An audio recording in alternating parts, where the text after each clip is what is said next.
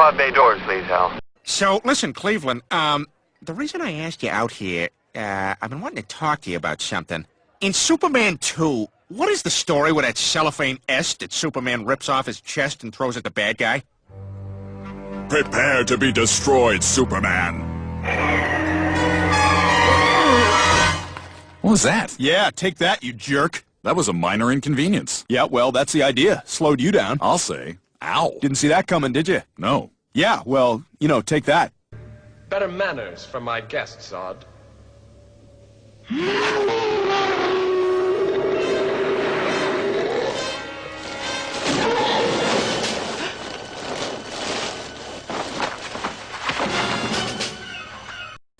The pod bay doors are open. Welcome once again. I'm your host, Jerry Dean Roberts of ArmchairCinema.com and OverThinkingOscar.wordpress.com. Siege across the country from the greatest criminal flame of our age, the critic, dare I say legend, from TalkMovieMe.com, the one and only Mr. Doug Heller. How the heck are you today, sir? Come to me, Superman! I defy you! Come and kneel before Zod! Zod! Terrence Stamp, wow. Just the true gift of this movie. He is. He's taking this thing as Superman seriously 2. as you possibly can. I mean, he is performing Macbeth, and everyone else is playing as kids. Like they're. But he is. If you're standing next to him, you can smell the boiled ham. Well, I mean, yeah, I mean, and just look at it. What is with the pale face makeup? Like, why does he have a ghostly specter about his face? His face. She's even worse. They just have this. Yeah, but hers at least looks like she's just really pale because she never goes outside. Well, now the two of them. Now, bear in mind, both Terrence Stamp and Sarah Douglas are British. Well, yes. And the English usually have that, and Jack O'Halloran is Irish. Mm-hmm. So, but there's I mean, that. It also could be just be the makeup. Terrence Stamp actually has like white makeup on his face, like grease paint. Yeah, and in HD, it shows up even more. Really bad. Yeah. I'm like, why did they go with the Deathly Spectre look for Zod? I don't really know where this is going. But okay. So what are we talking about today? Superman 2.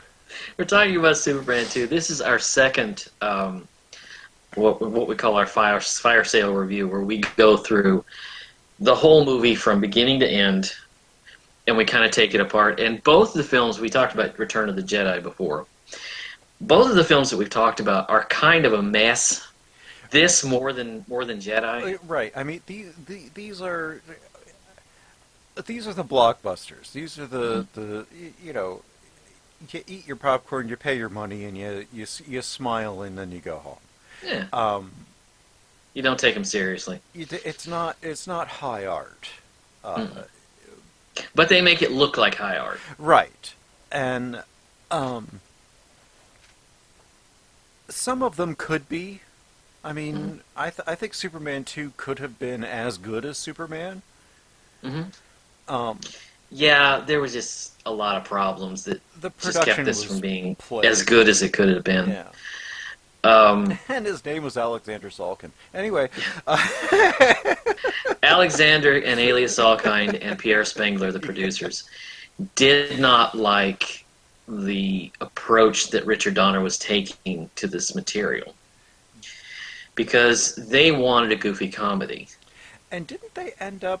They shot a lot of 2 with 1, didn't they? They were shooting 1 and 2 together at the same time. I don't know if they still do this anymore, but I know they did this with the Three Musketeers. Mm-hmm. And they did this with... And later on, I know Robert Zemeckis did this with Back to the Future, where they'll film the sequels. They'll film 2 films at the same time. Mm-hmm. They don't do that anymore. Lord of the Rings did that. Lord of the Rings did that. And but nowadays, the general approach is, like, if they were making Captain America, they'll film scenes for a sequel, but they won't do an entire narrative. Right. You know, It gives the writers a lot to work with. It gives gives the actors more time. right, and it doesn't pigeonhole you into a storyline that maybe could change Right, in the editing, right. or a character, a new character could be a breakout hit, Mhm. and because you've already done the second one, you can't redo to centralize that new character Yeah. that's already become so popular. So, Mm. yeah. I know some of the. I've heard that when George Lucas was doing the prequels and he filmed Episode 2, he filmed some scenes for 3 as well, Hmm. just to kind of get ahead, Hmm. you know, and make good use of his actors. Yeah. I know the last two, the two Matrix sequels, Yeah, shot back to back. that's got to be a headache, though. Oh yeah, I mean, Peter Jackson said it was like the worst year and a half of his life when he was doing Yeah. Lord of the Rings. But this movie, part of it was shot with Richard Donner, the other was shot with Richard Lester. Two dicks didn't make a right. Two dicks didn't make it right, and you are the author of that line. The problem was those two approaches and breaking the movie in half like that. You have a very disjointed film. There are tone issues out the wazoo with this one that all of the shtick that doesn't work in this is what they doubled down on for 3. Yeah, if you watch 3, that's what the Salkinds wanted for the first one. Right. That's the kind of movie they wanted, and you saw how that turned out. It's very it's a good movie. It is. But I'm going to tell you this: I do not make notes for this show unless we do one of these fire sale reviews. And when we did Return of the Jedi, it was much easier because it's a very streamlined plot you can go through. This movie jumps back and forth so much that halfway through I had to stop and just write notes on this part of the movie and then go write this part because they were 3 to 5 minute scenes that just jump back and forth. Right. Between the Zod gang and between Clark and Lois. The cross-cutting is very ham-fisted. Oh, this is an editing nightmare. Yeah, I mean, there's no pacing. Mm-mm. Like, I was sitting there watching it the other day, and I paused it, and I'm like, well, I'm probably most of the way through that. Nope, 44 minutes. 44. I wasn't even halfway through. I had to page 1, and I was 24 minutes into the movie. 9 million things have already happened, and none of them are resolved. And I'm thinking, wow, okay, so I'm not even halfway through. This is awful. Yeah. But it's such a fun movie, and there is an argument to be made for the theatrical cut to be a worthy successor to The great things in the movie. Yeah. The love story. Mm-hmm. Except for how they resolve it. Really does work. Yeah. I hate how they resolve it. The villains are legitimately a really cool threat. Yeah. They're really, really effective. Yeah. Those 3 actors work well together. Yeah. So let's get into the movie. Let's start right at the top. Because the first 5 minutes of this movie are Stupid. It's insane what they had to do to get around the fact that they had a new director and couldn't afford Marlon Brando.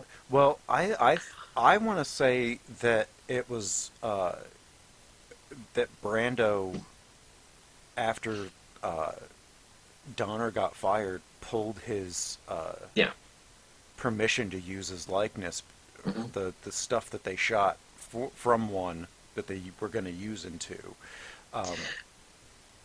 And it's really interesting because it starts pretty much the same way that the original did, with that Mm-hmm. kind of beautiful shot of the outer dome of Krypton, which I have a really big problem with the design of Krypton. It doesn't look hospitable. at all. No. But they do this, and they play what I affectionately call the Krypton national anthem. Which, if we're ever going to change the American national anthem, I want it to be this.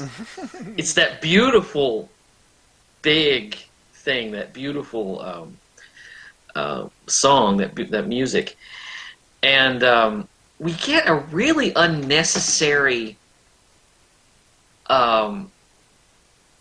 scene of how the Zod gang got pinched. Well, There's a guard. There's this dumpy-looking guard that I'm convinced was asleep, wearing a costume that looks like a concept from The Empire Strikes Back. And I swear, if you heard snoring, it would not. I would believe it. But he's one guy, and he's guarding these crystals. Yeah. Which, if I'm not mistaken, I think the crystals. If Jarrell explained it, I think Jarrell explained it in the first one. It's like their history and their educational system and something like that? It's basically how they store information.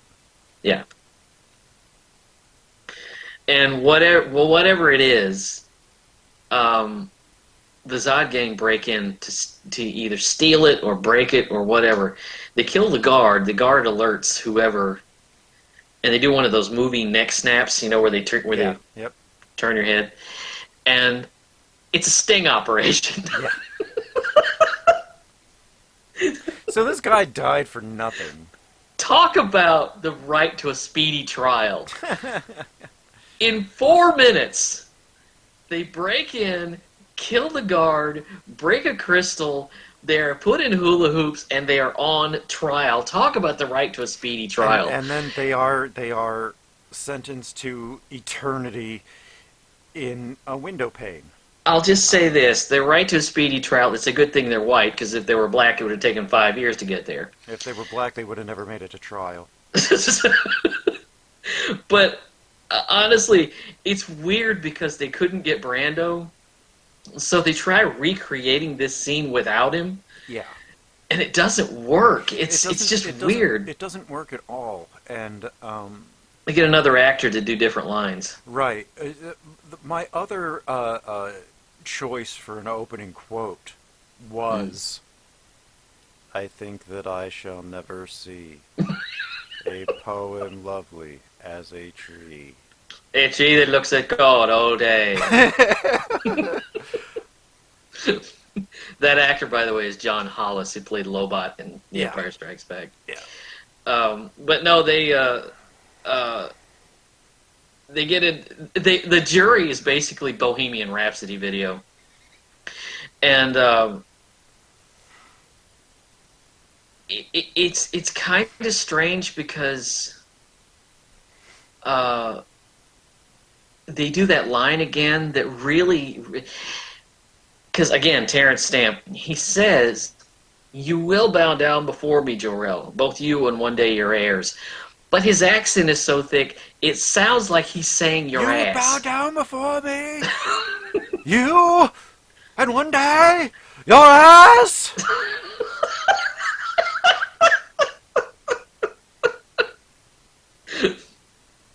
Which, given his demeanor in that moment, would have made sense. Yeah. And then the movie proceeds into 7.5 minutes. A 7.5-minute music video to remind you of every nuance of the first movie. Every single story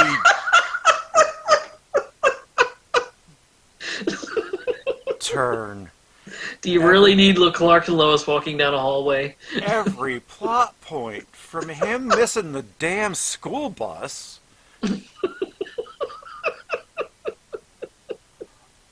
all the way to him reversing time. It's like, I know that this is 1982, so, 81. 81 VHS isn't really... Well, I think they ubiquitous took a yet. cue from the Rocky sequels because the Rocky sequels did the same thing. Oh, every time. Yeah, they would show 7.5 minutes of the previous movie. Yeah, Um, depending on the previous movie, it's usually the best footage in that one. Yeah. And then I have a question because we cut to the Daily Planet. I have a question. There's a global terrorist plot afoot in Paris, and the whole Daily Planet is buzzing about it, and Clark hasn't heard about it. Somehow. Which I'm going to assume that he's been in the Fortress of Solitude. Yeah, but even flying back, Yeah, he but would have I'm heard telling you. something. He has super hearing, for crying out loud. If he's flying out, I mean, that's like peak altitude to be getting all those sorts of radio signals and everything. He could have just turned left instead of going straight down. But I'm thinking this is a through line for the whole movie. Yeah, Is everybody's asking where's Superman? yeah. And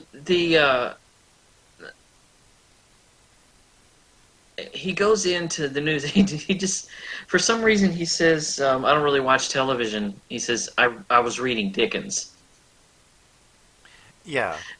And he goes in, and Perry White, there's a term that he uses that I've never heard before. He says, get to the morgue. I want to know everything about terrorism. Yeah. And I found out that morgue is an old newspaper term for the archives. Oh, I had never heard that before. that makes sense. But it is very strange that Clark doesn't watch the news. He's an investigative reporter. Who doesn't watch the news? If he's been off for the weekend, like if this is a weekend, if he's coming back on a Monday morning, you mean to tell me he doesn't subscribe to the paper he writes for? Now, I'll grant that this thing is a developing situation in that moment, but even if he's coming back, like I said, he's gonna pick up these radio broadcasts. He's gonna hear. He has super hearing. Yeah, and the idea behind... He can hear a sparrow break wind 4,000 miles away from him. How is he not picking up on this? That's what I want to know. Is that the other thing is the original intent for Clark Kent working at the Daily Planet was so Superman could keep up. Right. Was so he could keep tabs on what's going on. Now, I was talking to you the other day. I made this point. He goes to the Fortress of Solitude to get away and to get a break from us. Yeah. Because we're exhausting. Yeah. Yeah. Let's face it, the human race, we are exhausting. We are a child that constantly needs supervision. Mr. Incredible was right. He said the world is just like, I feel like the maid sometimes. It's like, I just cleaned up. Can't you keep it clean for 5 minutes? He's not wrong. He's not wrong. You know, and so he finds out that Lois has gone to the Eiffel Tower, or gone to Paris to do a report on this. Yeah, she got bundled out. She's out there, and they also find out that they have a hydrogen bomb that they're going to set off that would basically level Paris. I'm not sure what they're at. I'm not sure what the plan is. Think about it. You've taken a hydrogen bomb into the Eiffel Tower. Right. The Eiffel Tower is crowded with cops all over the place. And you've got a hydrogen bomb.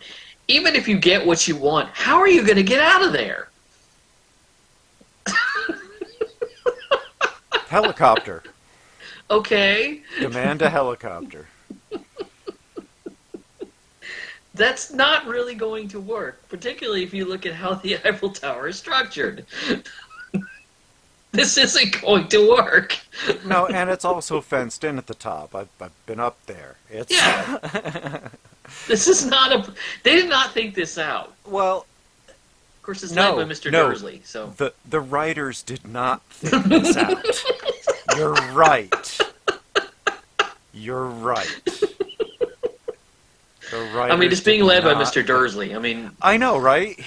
How competent are these terrorists? Honestly,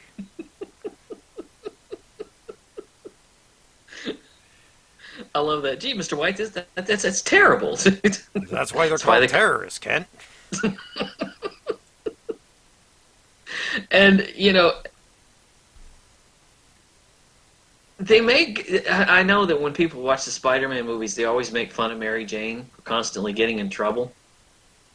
Lois at least gives us a reason that she's always in trouble. Lois puts herself in trouble. She gets herself in trouble. No, she goes to where there is trouble and then stands in its way. Because So that it she runs envelops her. into the stupidest cop. No, journalist America, no, here, and she gives him the The book.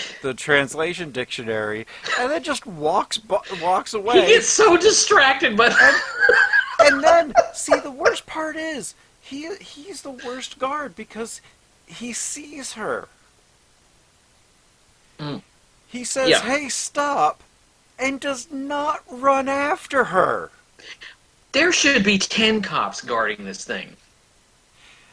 There should be more than that because this is a terrorist situation in Right. a massively populated city. And there's no barricades, there's no... There's nothing. there's the scene at the bottom looks like somebody somehow got out of the wire meshing and is threatening to jump. Right. Not And it's attracting that a there- crowd. Yeah, not that there is a thermonuclear device, a dirty bomb that is about to level the City of Lights. Like Yeah, that's and Mr. Dursley is one of the terrorists, by the way. that Richard Griffiths. Yeah, that can't have gone well. Yes.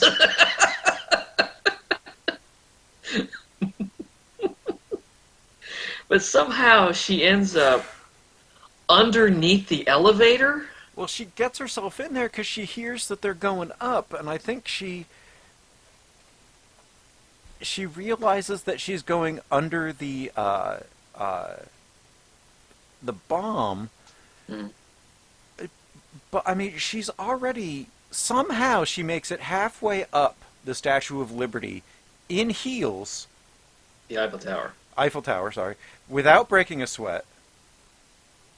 In heels. Mm-hmm. Those aren't like solid steps. Those are graded steps. Right.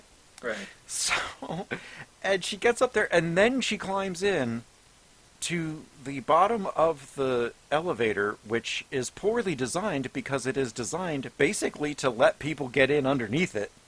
Mm-hmm. Who was Yeah. thinking then? I mean, I know it was turn of the century and all, but safety still had to be a concern. Right.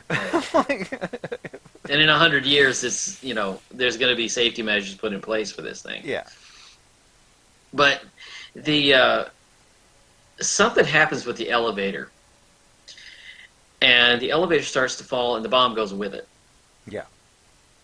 And and Superman just happens to get there at that very moment. Right. And he pulls it back up. It's a pretty cool scene, actually. That is. But again, this scene is not in the Donner. It's not in the Donner cut. No, and as much as I do like the Paris sequence, and I do, I think it's a good sequence. I think it should have been in a different movie. Yeah.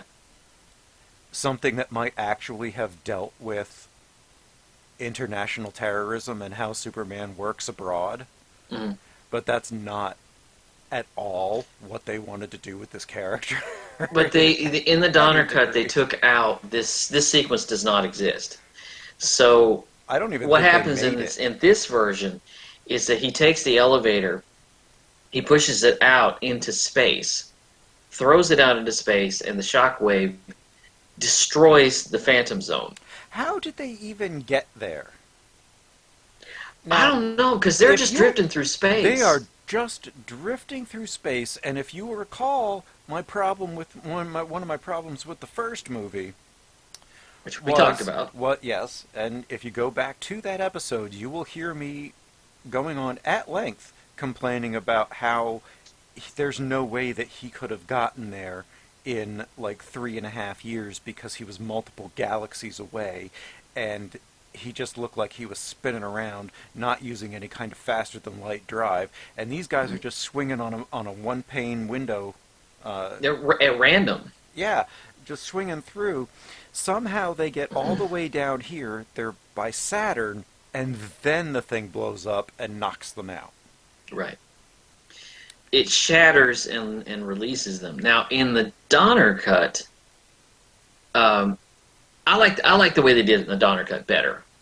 Me too. Because it is destroyed by the missile that Lex was going to use to destroy California. Yeah. That Superman hurled into space. I like that better because it ties a little better. I love that, and the Donner cut for the first half is a much better, tighter film. Mm-hmm. That's not to say that the Lester cut isn't good in the beginning, but it is kind of slapdash. Yeah. You can tell that things are inserted and reshot, like the scene in Niagara Falls when she decides to jump off of the thing,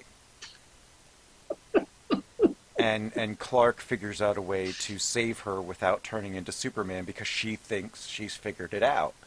Okay, look, there's being a journalist, and then there's being suicidal. Yeah.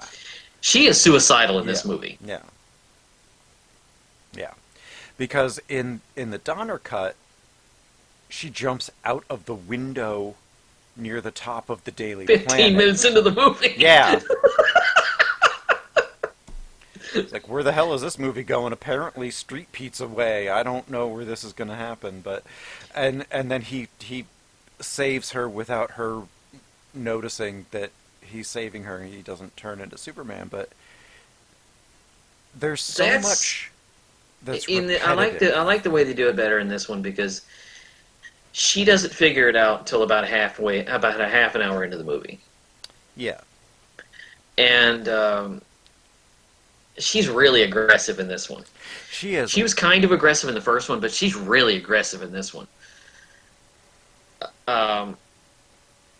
Although I have to, as much of a journalist as she is, and as great a journalist as she is to go after the stories that she wants, why does the world not stop when that cab crashes into Clark and he destroys it? Right? Nobody's like, hey, wait a minute, sir. You really need to go to the hospital. Pardonnez-moi. There's a hole in the taxi cab, and not you. We need to have a discussion. Yeah, here. yeah. There's something wrong. Yeah. But no, he just walks away. Yeah. And by the way, I love the scene that follows it because it's the scene in Lois's office. She's talking about getting healthier While smoking a cigarette. While smoking a cigarette. Making fresh squeezed orange juice while smoking. Yeah, It's not just that she's smoking, it's like hanging out of her mouth. Oh yeah, she like lights it and she's like doesn't even take it out. She's squeezing the oranges as it's dangling out of her mouth. Like, this is actually, by the way, oh yeah, I'm trying to get healthier, you know. When was the last time you heard me sneeze, huh? Yeah. Well, it leads to, I think, a very sweet scene because there's she knows he's in love with Superman, and he can't talk about it. Mm-hmm. And it's just this very, you don't have to be jealous and all this. I think this is really where the romance starts. You know what? In the Lester scenes, I like the tripping over the bear's head and falling into the fire. Mm-hmm. Almost, I like it when she shoots him with blinks in the Donner version. I thought that was kind of stupid. But I didn't like that scene at all. I think it's much cuter and more in the Clark Kent shtick Hmm. for him to have inhabited his role so entirely that he did trip over the head of an obviously fake dyed bearskin rug Pink bear. and fall into the fire. That's totally a Clark move. If the fire hadn't been there, that would have been hilarious. Yeah. To Lois, like she would have just like been beside herself, laughing. Picked him up, dusted him off, and laughed, and that would have been it. Exactly.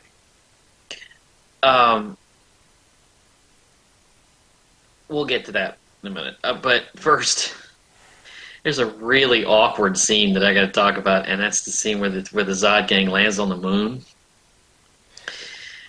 I don't know what to make of this. How does flying translate into breathing in a vacuum? Or talking in a vacuum. I mean, there's stuff around, so yes, the sound waves will carry. Yeah. But they're talking just like we're talking. Yeah, well, and then when he's got the Russian and the American flags and he drops it on the lander, he literally just lets go of them and they just flump down to the... Yeah. They don't bounce, they don't hover, I mean, they don't drift, they just flump right down. I'm like, they could have avoided that by not having him drop the flags. There's a weird moment here. There's a line that was this supposed to be a joke? The astronaut is talking to Houston, and he says, cosmonaut, or commander, whoever is over there collecting rocks, and cosmonaut Boris is doing samples or something like that. And he says, by the way, Boris and I are engaged. Mm-hmm. And they laugh, and he says, a little detente humor there, Houston. I was like, is that supposed to be a joke? Well, if you recall... I guess it means the language barrier or something. Well, either that or because they've been up there for so long and the reports are so normal and just regular, nonchalant, like, oh, he's collecting samples, he's collecting rocks. He wanted to throw something in to make sure that they were still listening to him. Right. And the response, yeah, I had a feeling about you guys when I saw your Rorschachs.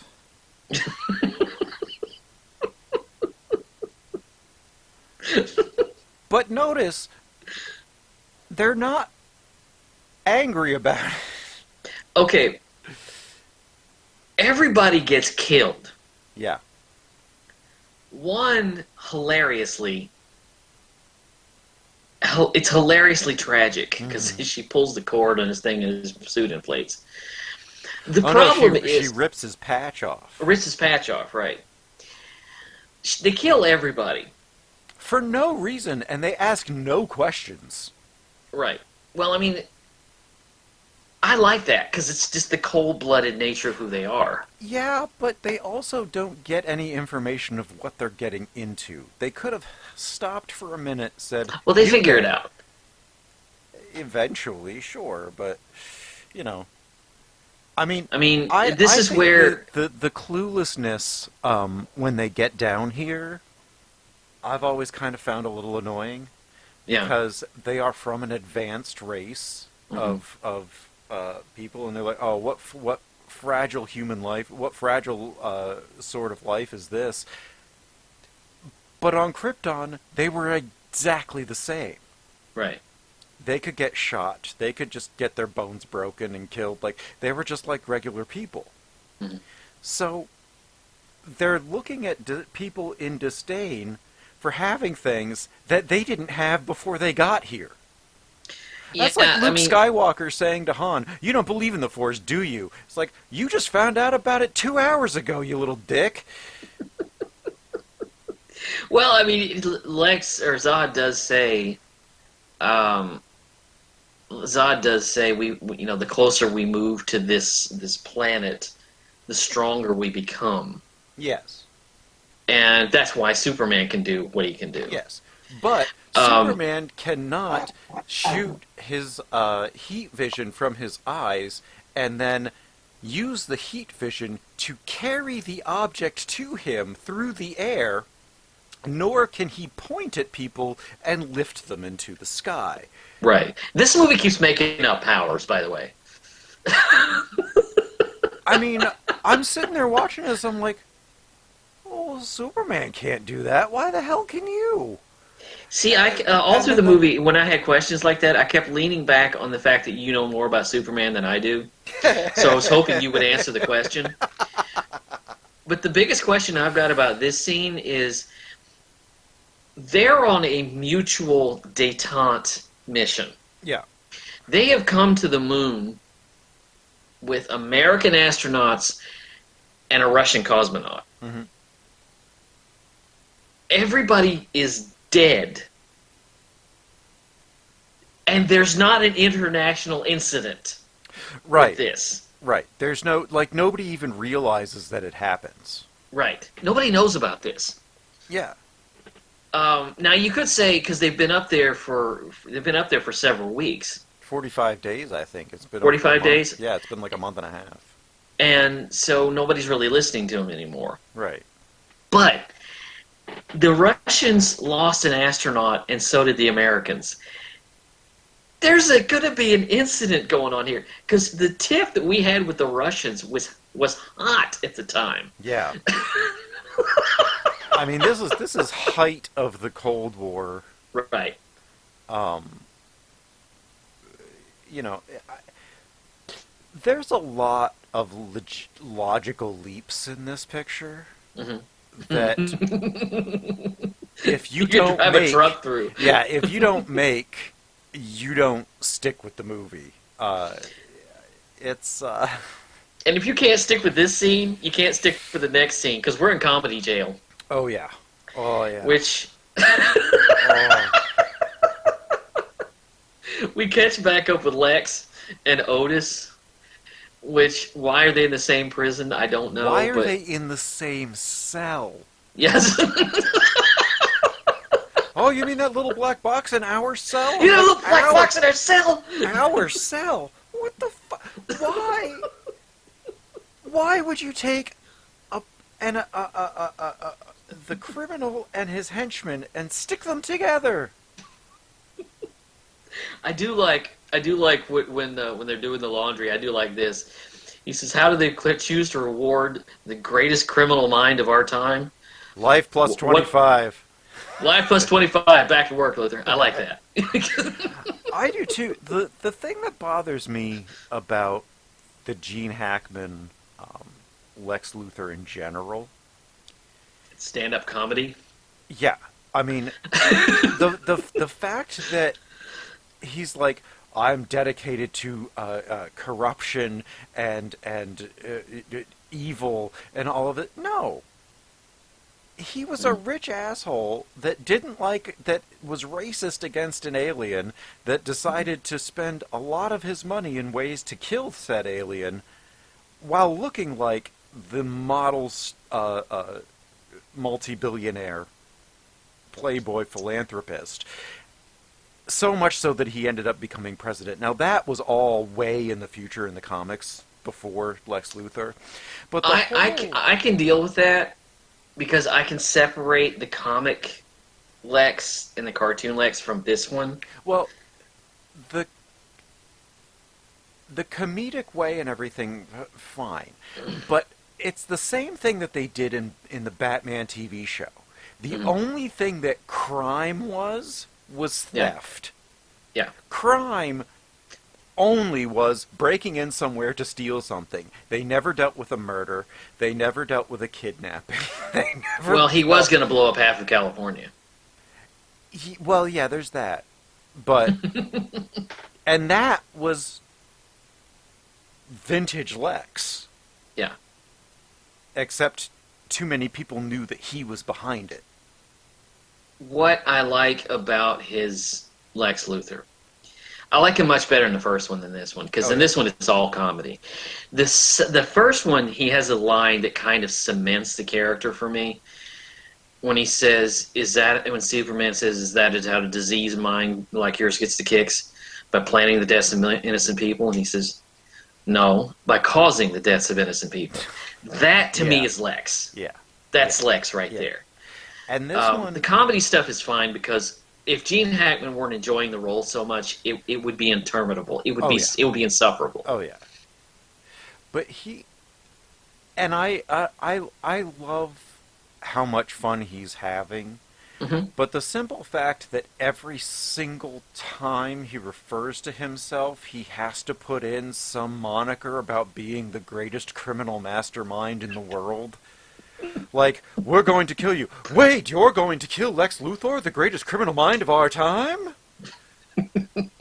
Are you going to do that to Lex Luthor, the greatest criminal mind of our time? How are you going to treat the greatest criminal mind of our time, Lex Luthor? It's like, shut the fuck up! Although he has some lines in here Do that are just something great. else! I love the line. One of my favorites is I love the line. He break into the Daily Planet. Oh, their combined knowledge when all these dummies learn to use a doorknob. Superman, thank God. I mean, get it. You know. Oh, thank you. But first of all, he and Otis are in the same cell, in the same prison.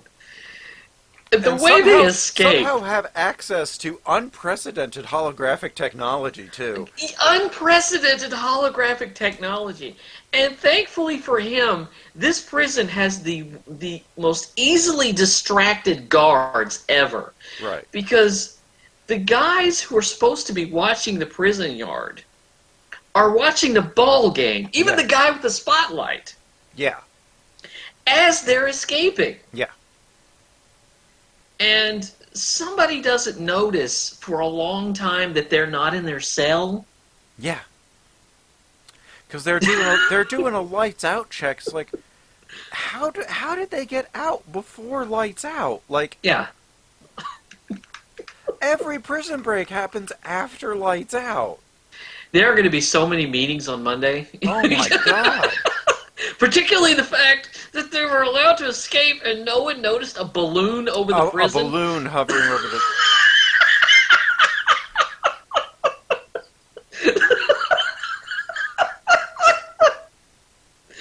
Nobody noticed a hot air balloon over They the are prison. definitely getting a new warden.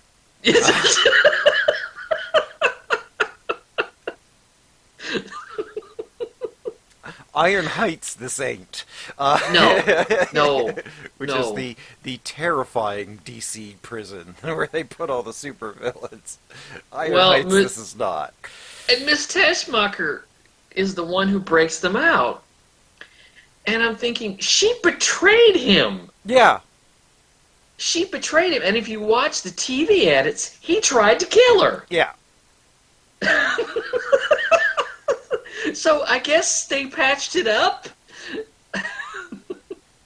Because they're trying to get out, and they can't get out. They can't take off because Otis is too heavy. Yeah. A fat joke. Yeah. And so As he's trying to climb up the ladder, it keeps pulling the the balloon down, balloon which down. that's not how that works. No. But so Not even Ned Beatty was that big at that point. basically they extract Otis from the plot. Right. Right. He's Because done. because they're turning Lex into the comic support, Mhm.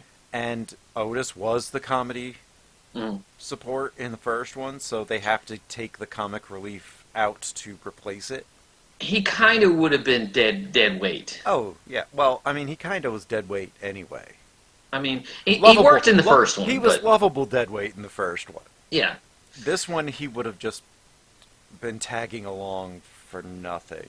Well, the same thing with her. Her function goes on for a little bit, and then he has his function, she has her function, and then they're gone from the plot. Right. But yeah, they're gone from the plot, and then we begin what I think is the most frustrating part of this movie, and that's the Niagara Falls bit. Mm-hmm. Oh. Because after Half of being this works present, and half of this does not work. yeah, it does. Yeah, you're right. Half of this is like, I'm thinking, okay, she just got the story of the year Yeah. for, first of all, being inches away from a hydrogen bomb, Yeah. the elevator, and then being rescued by Superman. Mm-hmm. And her next assignment is to uncover a scandal at Niagara Falls. Honeymoon fraud. Honeymoon fraud. Honeymoon fraud. And she's like, oh, what a waste of a great writers. Because she just happens to be there with Clark. But literally, yeah, well, they're supposed to be an undercover Couple. They're posing as a married couple on their honeymoon. It just doesn't work with the French opening. With the opening in Paris, it doesn't work at all. Mm-mm. There's no reason for them to be there. That's why I always thought that the Niagara Falls scenes were inserted and that the Paris one was the way that it was supposed to open. Mm-hmm. Until I saw the Donner cut and realized, no, they were supposed to go there. They just didn't go to Paris first and have an earth-shattering event happen, and then they go to investigate fraud. Yeah. Like, there's no consistency there. It's really the only reason this plot exists. And why is a city newspaper that is not in New York sending their best journalists to discover this thing that may or may not really be happening and is really not her beat? And the Daily Planet is paying out the ass for this room, by the way. Yeah. Because this room is just, that's a... This thing, if it were any gaudier, it would be one of Trump's rooms in Atlantic City. This is the most horrifying looking room. I swear, everything is heart-shaped. It's certainly very pink. It's very pink. There's like, isn't the bed like heart-shaped? And there's like these the posts. bathtub is heart-shaped. Yeah. And there's it's like just, the flames of love or whatever. You pull a cord and the flames get higher. The flames get higher. Yeah, it's just, and it burns, it's terrible. burns. Sorry. But I've got to tell you this. You can always tell when the supporting characters are shoved in by the Salkinds. Because this bellhop feels very much like a Salkind creation. Oh, yeah. I kind of love this bellhop. He's just not, he doesn't care about his job. He just, he doesn't really care about his job. He's just kind of giving a whirlwind tour and then ask for a tip. And he genuinely does not care. Genuinely just does not care. He's like, I'll have a great honeymoon, or whatever this is. And I love this. I love the moment when he asks with a wry grin. Clark asks with a wry grin, "What about the sleeping arrangements?" And she says, "You get the complimentary couch." And I'm thinking, okay, the couch is about 5'3". He's 6'4". Yeah. He'd do better sleeping on the bear. Okay. So I got to talk about this because this is really the moment. I think this is really the moment when the whole love story kind of kicks off, because his glasses fog up. Because they go outside, the glasses fog up, and he takes his glasses off, and for a second she sees him without. She takes them off of him and is wiping them off, and as he's grabbing them away from her and trying to put them on, she catches a glimpse. Right, and she starts to suspect. Right. That they are one and the same. And they get distracted. This series does not have a good track record with kids. Not at all.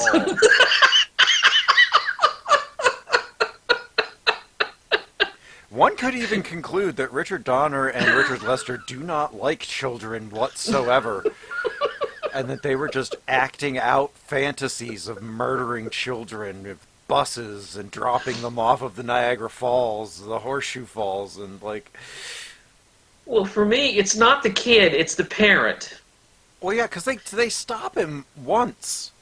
Yeah, because he's like- on the. Isn't he climbing? He's climbing. No, he's on the other side of the railing, bouncing himself. So he's like pulling himself up on one arm, letting go, and then dropping back and grabbing on. And then pulling And where's himself security? up. Where's security? Where is anything? Yeah. Where is anything? Where is anyone?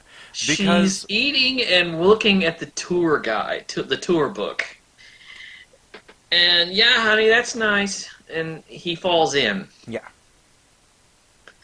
And Superman just comes out of nowhere and saves the kid. And she monologues, and I hate this because she monologues. She does. And Clark is not around as usual. And there's this weird scene where, and I actually kind of like this scene. It's the one where she actually jumps into Niagara Falls. I'm so sure that you're Superman that I'm willing to bet my life on it. Oh, yeah. And she says, if I'm right, you'll turn into Superman. If I'm wrong, I'm you have the wrong. best story of your Yeah, one hell of a story. And she says, bye-bye, baby. And she jumps into Niagara Falls. Yeah. Suicidal. I'm telling you. This woman is suicidal. Yeah. And there's this comedy bit where he's not turning into Superman. But he's still using his powers surreptitiously Right. to help her and guide her out so that he can save her without revealing anything. And the tourists are walking behind him. Yeah. Like nothing's There's a happening. woman in the water. This is like watching Birdemic and watching the guys on the side of the road shooting their fake guns at nothing and then having traffic go normal behind them like there's not an actual problem happening. Like there's nothing really going on. But I want to give it to Christopher Reeve because I don't think he got enough credit for his performance as Clark Kent. No, he never really did. Because there's, and you may disagree with me, in this scene at least, there's a lot of Cary Grant going on with this. Kind of... That's who he pretty much based his Clark Kent on. Yeah, yeah. Not only Cary Grant, but specifically, like, bringing up baby Cary Grant. Mm-hmm. Yeah, yeah. And it's very good because I like the fact that he was able to establish Clark as one person and Superman as another, but still have you believe they're one and the same. Right. But his performance here is really good because it's good comedy. As he's trying not to turn into Superman, but at the same time trying to save her, and he uses his heat vision to save her. And she kind of gets off the trail because this is really embarrassing. She's I love when like, she looks... you're what I thought was Superman? This is really embarrassing. That is a dig that no man should be able to recover from. Like Right. that is the be all end all. You are definitely not anything that I'm looking for. You're what I thought was Superman. Yeah. Ouch. Slam. But we move back to Lex and Miss Teschmacher trying to get to the North Pole. Can you get to the North Pole in a hot air balloon?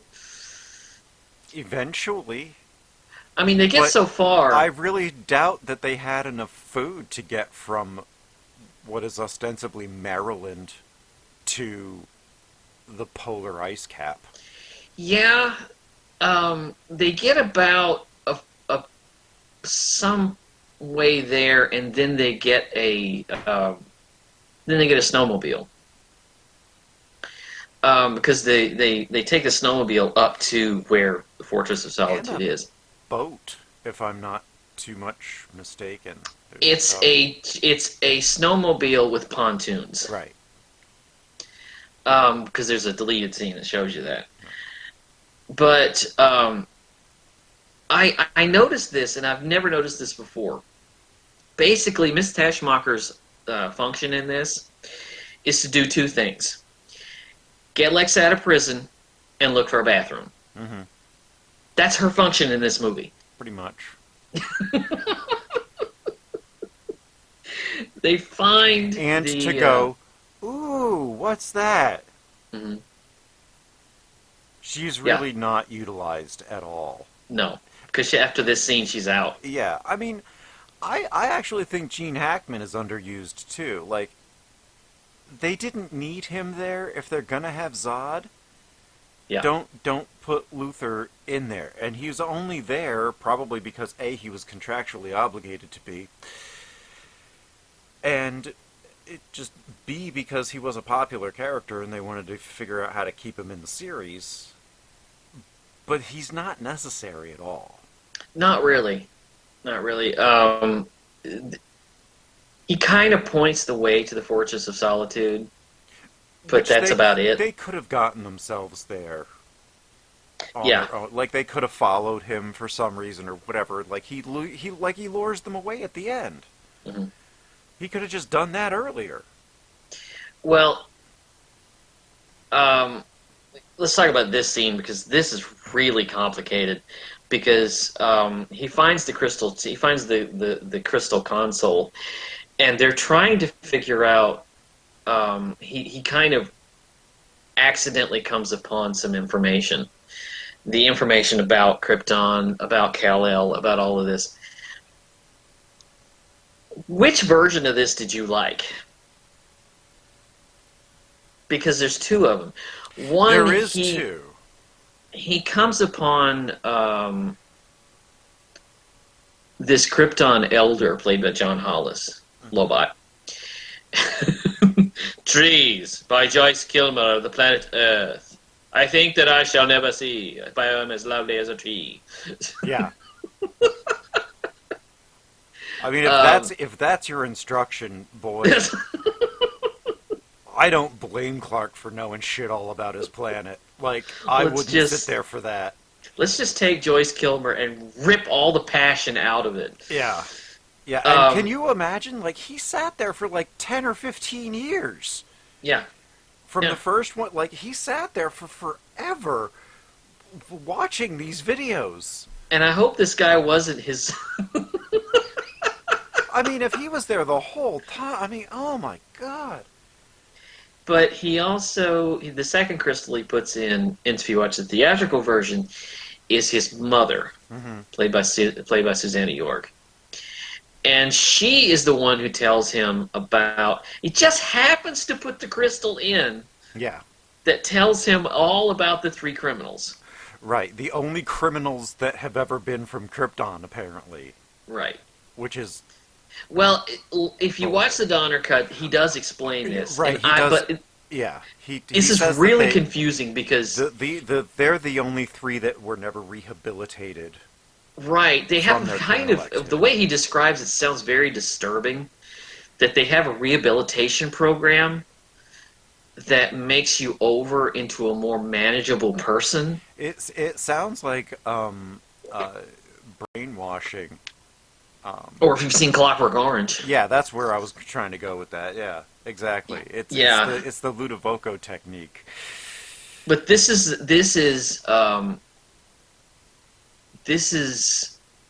were the only three criminals that were resistant to this. Mm-hmm. And they tried to take over. Mm-hmm. And now, if you watch the Brando cut, I like the Brando cut better. It's way better. One, because it's Marlon Brando. Yeah.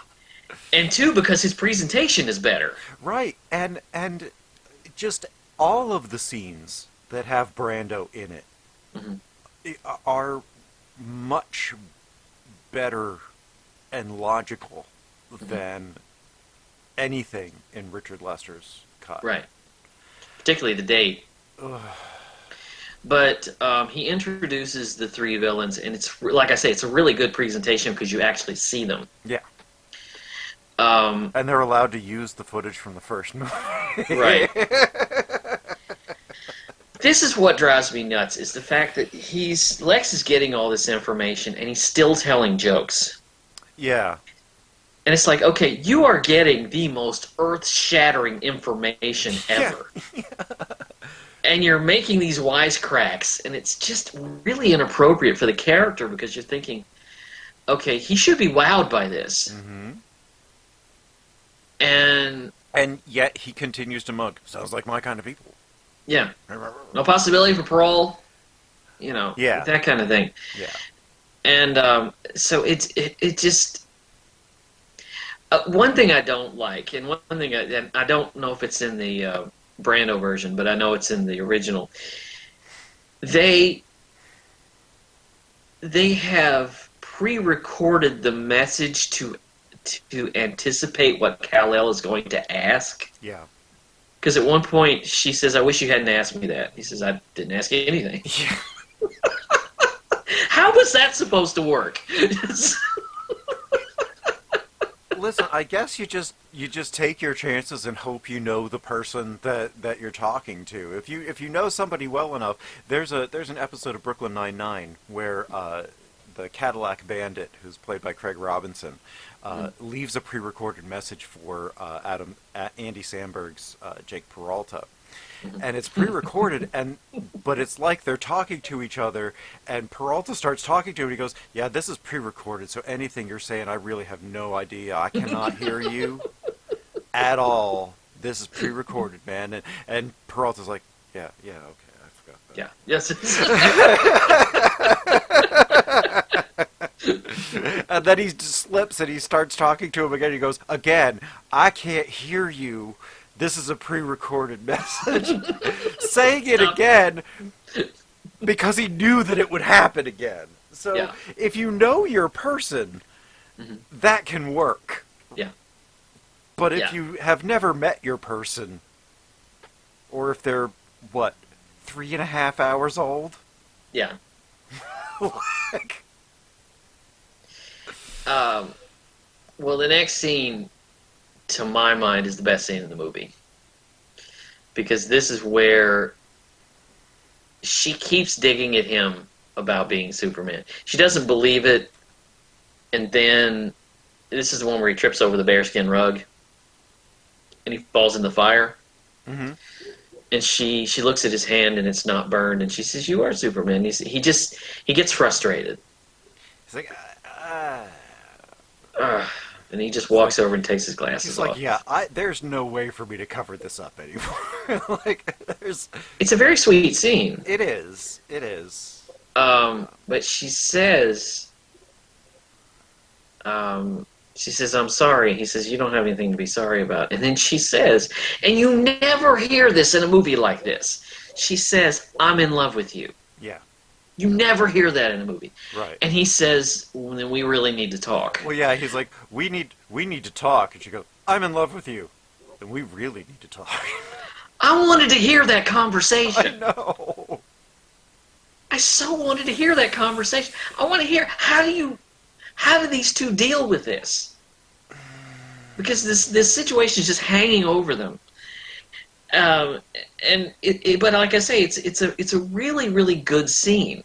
Mm-hmm. And I got to tell you,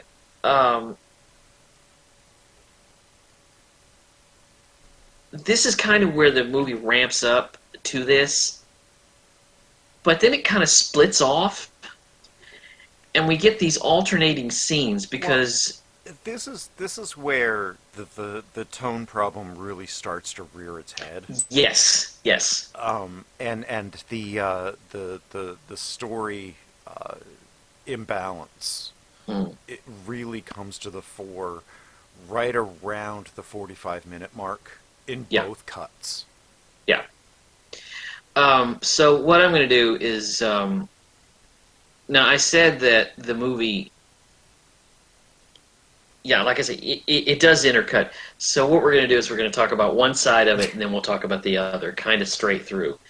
So I said we're doing it scene by scene, but this is really hard to talk about. That's still scene by scene. It's just not in order. But we go into the, they land on Earth, and they land in the worst backwater town. In this East Houston, in East Texas, and it's No, about as it's East Houston, Idaho, yeah. which East Houston, Idaho is about as big as the room I'm in right now. Right. They say that the greatly overestimated population count of 123 has increased by 3. That's the reporter. Yeah. But it's strange because they are met by this town full of characters that are like from a Hal Needham movie. Yeah. They're like from an old Burt Reynolds movie or something. Holy Just skunk sweat! said no one ever. I don't they know. meet- Holding the shotgun made me think that the line was a little bit more credible. Well, the sheriff is played by Clifton James, who I think is playing the exact same character that he played in Live and Let Die. Yeah, I think he might be. The character's name is just Sheriff, Yeah. and I think it's the same character. It might be. It might be. But he's got this dopey little deputy who actually turned up in Superman 3. He was the guy at the ATM machine. Yeah. And, but it's really awkward. By the way, the most honest line he says is because they pull up to him in their little squad car and they're in the middle of the road, and he says, "I'll bet $10 they're from Los Angeles." Yeah. I get that. That's like probably the only savvy pop culture line Yeah. in the whole movie. Or at least in this scene. It's like, oh wait, that's actually a conscious thought. Well, look at that. What really gets me about this is that it's full of all these weird comedy characters, but then it gets really dark and serious. Yeah, and the comedy isn't funny, which Yeah, is a there's- larger problem. I think that really kind of is the fly in the ointment. There is that they've got all this comedic relief and none of it's funny. It's very Salkind. Yes, It's very much like something that would have been in Superman 3. which There's a wasn't scene- funny. There's a scene, We yeah, which already wasn't talked funny. about that one. There's a scene where they go into a bar, and the line wasn't really all that funny, but I'll say I've never heard this before. These two guys are arm wrestling, and the guy loses, and the winner says, "You see, you only smell strong." I can say I've never heard that line before. Yeah, no, and it's a good line. Yeah. It is actually a 'Cause really good burn. I think that it's, The loser is sitting there rubbing his hands. "I don't want to lose my place in the orchestra." You know? best exchange in the whole movie. Probably, or at least in this scene. Yeah. But they take over. They take over Rat's Ass, Idaho, with this bunch of chuckle nuts who just they're the kinds of people who would report a UFO. If you have a UFO sighting, these are the kind of people that would report that. But this is where we learn that Zod has weird, inexplicable telekinetic abilities with his eyes and his finger. Where she better be careful where he points that, because that could get Yeah, because Get basically uncomfortable for we somebody. spend 15 minutes throwing hillbillies around. Oh my god, this scene is interminable. And It then is. they get up to the reporter who makes the brilliant, beautiful line of the over exaggerated population of 123. That's The Richard overestimate- LeParmentier, by the way. Yeah. And then they find out that it's going out all over, and then they make their big statement like, so much is left in here that it removes the purpose for the scene. It's so long, it doesn't need to be there because it wears out its welcome. It does. Kind of quickly. If they Because just... it's like if you're it's like if you're playing a video game and you have nobody to really fight against and you're just killing everybody. That's what this scene is. Right. If they had had them approach town and had the sheriff and the deputy sitting in the squad car in the city square, keeping an eye on things, and then they walk up, they do the LA line, they have that little interaction, you see them flip the cop car, all you need to do is cut away. You know they won. Yeah. We don't need to see what they can do. We know what they can do. But they start small. Yeah, but I mean, I think the worst part is that then Zack Snyder basically redid this scene for Man of Steel, and it was still just as damn boring. Yeah. Yeah. This scene, really, if you've seen the extended cut of this, is really horrifying because Non kills that kid. Yeah. And it's really, really uncomfortable. And the whole thing, all it is doing is leading up to the military turning over to Zod, is the military giving up. And which could have been a lot better streamlined. Like it could have. It could have. There's so much of this that could have been paired into a really tight movie. Instead, we get, 2 hours and 7 minutes of, an hour and 3.5 minutes of that is actually really tightly constructed. Yeah, and what it leads up to. That scene at the end of this scene when he says to the general, he rips off his stars and he says, "So you are a general," and he says, "I answer only to the president," and he said, "He will answer to me, or other cities will end up like this one." That's what this scene is leading to. Yeah, but it could have been so tightened down to this. Yeah, or it could have just been a major city. Yeah, we didn't need a bunch of barns blowing up. Right. To justify that level of like they could have gone to any city. They could have gone to Portland and done this. And it would have been a major statement. But podunk nowhere with Rat's Ass Idaho. Right. It's like the Tom Petty song. It's a one-story town. Right. Right. The same shit goes down and nothing turns around. It's just kind of pointless. It needed editing badly. Yeah. They walk into town. They interact with the yokels. Just a couple of scenes, couple of words, and you're done. Yeah. And the military shows up. You prove your power. It could have been. It's a long scene. It's 20, 30 minutes. Really long sequence. This could have been 15 minutes and you're done. Yeah, if that. And it would have been. It would have gotten everything across, I think, a little bit better because lingering on people being maliciously destructive is not entertaining. It's not entertaining. We already know all this stuff. Yeah, we watched it on the moon.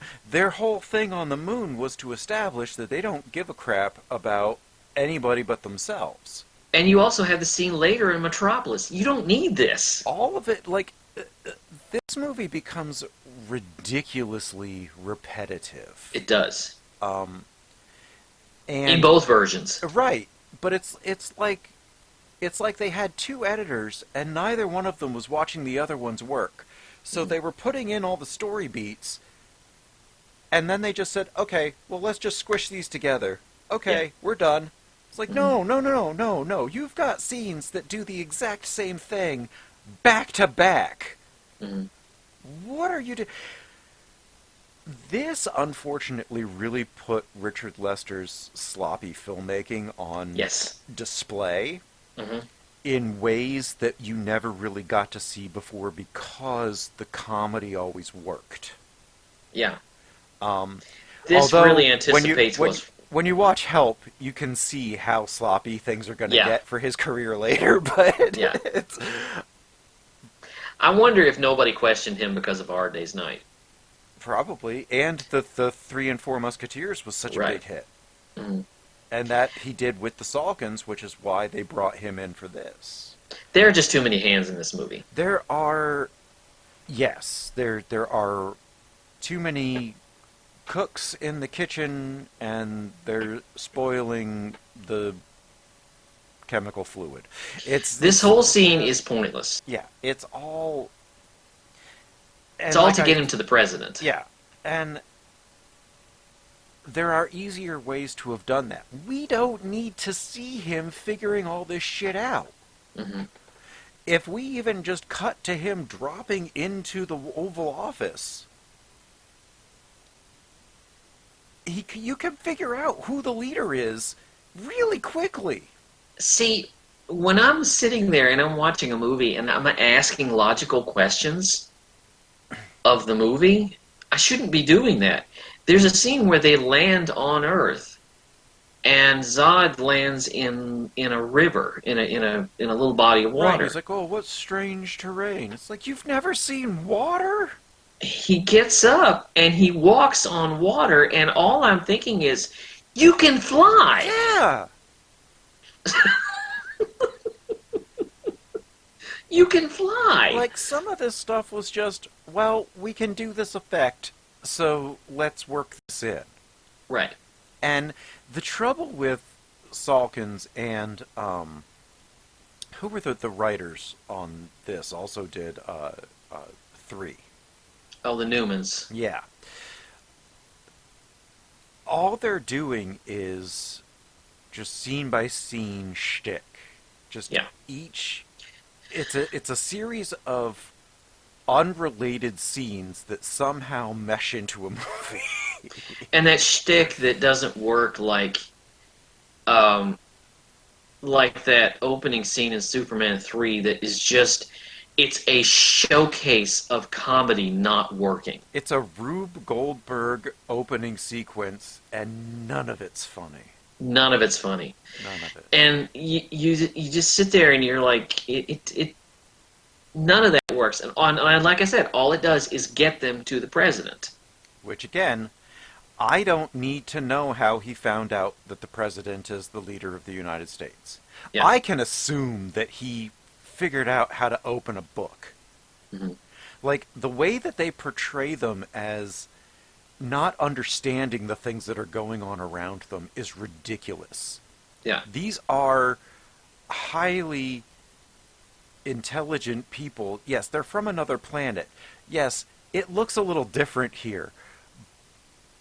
But they know how things happen. Okay, I got a problem here. And I just noticed this the other day. Someone will correct me in the comments if I'm wrong, but they change Mount Rushmore. They change. Excuse me. They alter a paper mache Mount Rushmore. They're going the wrong way. Yeah, they are. They're going the wrong way. You're going Yeah. toward Washington. Yeah. You're going the wrong way. Yeah, the editor needed to flip the frame. Yes. Yeah. Yeah. Okay, so Fortress of Solitude. Boy, I got problems with this scene. It's an abstract concept, and yet he has a dining room table and chairs, And a bedroom. And a toilet! indoor plumbing. Because She Miss finds it. Tessmacher, if you watch the Donner cut, she finds the bathroom. You hear the toilet flush. I found it! There are I don't understand this Fortress of Solitude there at are all. exponentially better versions of the Fortress of Solitude in animation, and even the Man of Steel Fortress of Solitude is way better than this. I don't understand this at all. It's there's nothing about this that looks hospitable. No, it's you walk in, and it's just uneven pillars of ice Yeah. that you have to jump around. I mean, you're Superman, so I mean, you Well, could fly yeah, around, but I mean, okay, so riddle me this. Superman, when he decides to give up his powers, I'm jumping ahead a little bit, but when he decides to give up his powers, he's standing on the one thing, and he sees everything get lit up, and he flies over to it. Yeah. How does he get back? How does he get back? How does he even get from that pillar of ice to another pillar of ice to get back to the console, let alone get to the door, to get all the way down the frozen tundra permafrost, into Canada, into the United States, walking? I've got an even bigger problem. He takes her to the Fortress of Solitude to have dinner and get laid. Yeah. That's why he's there. Yeah. They could have done this at Niagara Falls on the Daily Planet's dime, but Yeah, okay. we can't talk here. Why? Are you being bugged? Like, what the hell is wrong with there? I mean, I understand he wants to show her his place. Are you afraid to see? Yeah, but that could happen at any point. Like, yeah. And he didn't know that losing your powers was something that he could do. Right. So he didn't go up there for that express purpose. And if he had, he would have had a damn car there or something. A tank, something with treads. How did they get... And did they get back to the hot dog stand? And she's like, no, you'll never make it. Well, how did they get there in the first place? I got a bigger problem. Now, this was driving me nuts yesterday when I was watching it. I think I mentioned it to you. They have a date, okay, and he goes out. He goes to St. Lucia in the Caribbean to pick flowers. Mm-hmm. He is there in the Caribbean in a tropical paradise with greenery and a waterfall. Mm-hmm. And I'm thinking, take her there! Take her there! But Jerry, the crystal from his homeworld didn't build that. But he left her in the North Pole.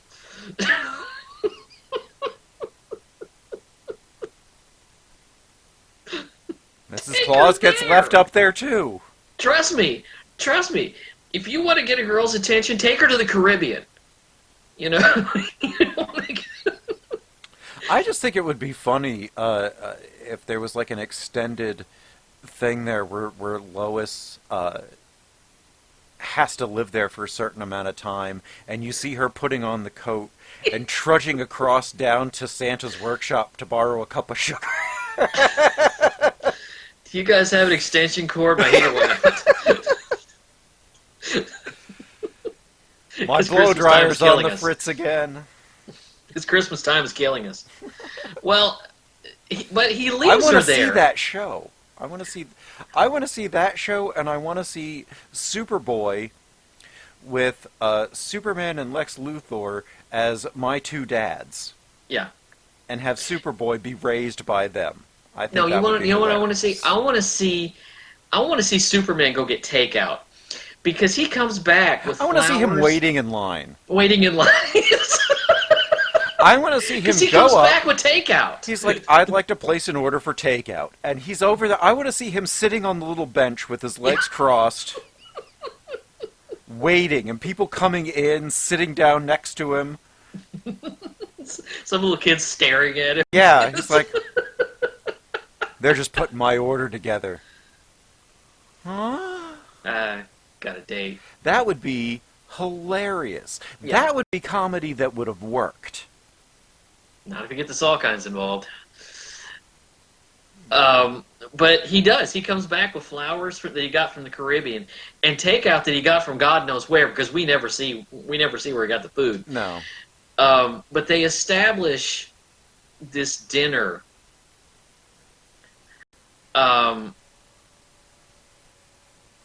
I have a problem with this because he talks to his father in the Donner Cut.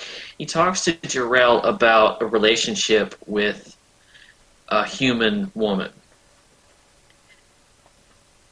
And if you just watch the theatrical version, it just looks like he's doing all this to get laid. Yeah, and I don't... I have a problem with the wording. If you want to... I'm glad you brought this up. If you want to love a mortal, you must live as a mortal. Superman is not immortal! No. He can be killed by kryptonite. No, well, not only that, but he does not have an indefinite lifespan. He has a prolonged lifespan that we can assume. Because Well, now didn't Smallville establish that? Because he can see that he saw his own future. Right, well, and Red Sun and a whole bunch of other things basically say, you know, he will die, Mhm. but because he's so superpowered, it won't happen. He will be able to live until the sun becomes a red giant. And Okay. is like 8 feet from the Earth, but we're still okay because it didn't swallow us and it's not as hot. So When he it could turns into a red potentially sun, live 900 years. right, when it turns into a red sun, then he will be vulnerable to the ravages of time. Right. Okay. I got massive problems with the Crystal Chamber. This is a plot Oh, yeah? device. Yeah? I can't imagine how just exposing him to 1 minute of red sun radiation would undo any time at all under the yellow sun, giving him back those powers. Especially if you see what happens to him while he's in there. Yeah. It's He literally gets separated. It's like Ark of the Covenant melting, Yeah. skin flaying, and just It's gross. down to the bone. Yeah. It's this horrifying thing. Although I do like it when he steps out, because Yeah. that's a really cool image. Because when he steps out, basically changes his clothes. When he steps out, it's Clark, and he's wearing a white shirt and pants. And behind him, you see the image of Superman bow his head and disappear. That's a cool image. Yeah, it is. Yeah, it is. Symbolically leaving that life behind. Mm-hmm. That That was not a Richard Lester shot. No. Neither was neither was Jor-El's conversation with him, because Jor-El does all but plead with him not to do this. Yeah. And tries to shame him about this. Right, but the mother is like, well, if you love her. Yeah. Doop-de-doop-de-doo. Well, Brando's a better actor. Wow. But he steps out. Now she says early on, "I should be freezing, but I'm not." Mm-hmm. I'm assuming that's him and whatever's in the atmosphere in the Fortress of Solitude. When he Yeah. steps out, shouldn't they both be freezing? Well, unless just the technology of the place is that it's heated. Okay.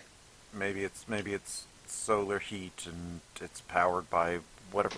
Man, I don't know. The biggest hole in this is how in the world they got back from the North Pole. Yeah. Because He doesn't have superpowers Yeah, anymore. she's like, well, they flew there, and then when they're in the diner and he gets his ass beat, she's like, oh, you'll never make it.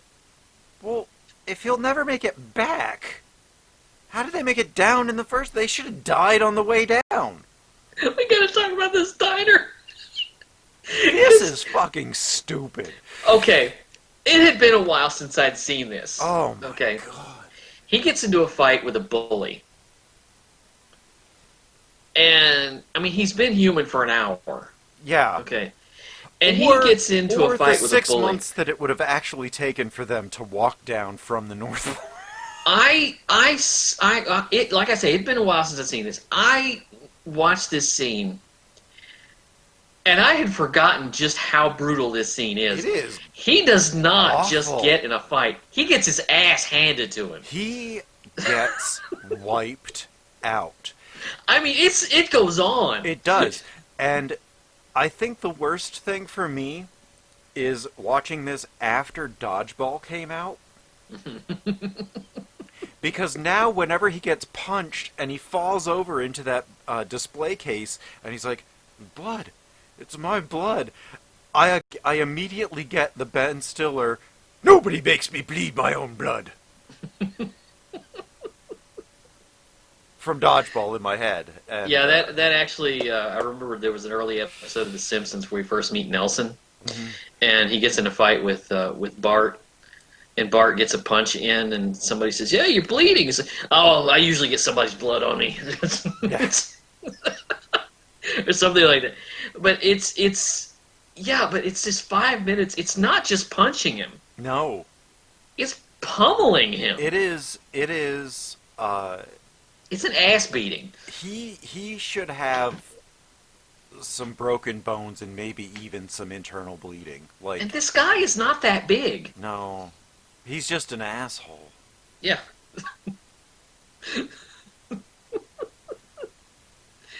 But and then in that weakened condition, he sets out back north. This time walking. Now they do show you those scenes. Yeah, we see how he gets back. What happens to her, I don't know, but I'm guessing she took the car and went back to Metropolis because when they get there, she's there. This is intercut by a pretty cool fight scene. When the Zod gang land in the White House. Although I've got to tell you, who brings a bazooka into the Oval Office? I don't know. The machine guns I get, okay, but who brings a bazooka? A rocket launcher. Because if that actually would blow up, it would take out the entire White House. Including the president. Yes! I mean, the Oval Office is reinforced, and it's basically a bunker in and of itself, but... Yeah. Still, is it just me, or does E.G. Marshall bend real quick? Boy, he looks like Ronald Reagan. I know, doesn't he? right? He's got the wig and everything. Yeah. I do like that one scene where he has the staff member, and he walks up and he claims to be the president, and he says kneel before Zod, and he does, and Zod doesn't buy it. You're not the president. Nobody who leads so many would bow so quickly. Right. And then the president steps up. Yeah. Yeah, that's a great line. And it says a lot about Zod, too.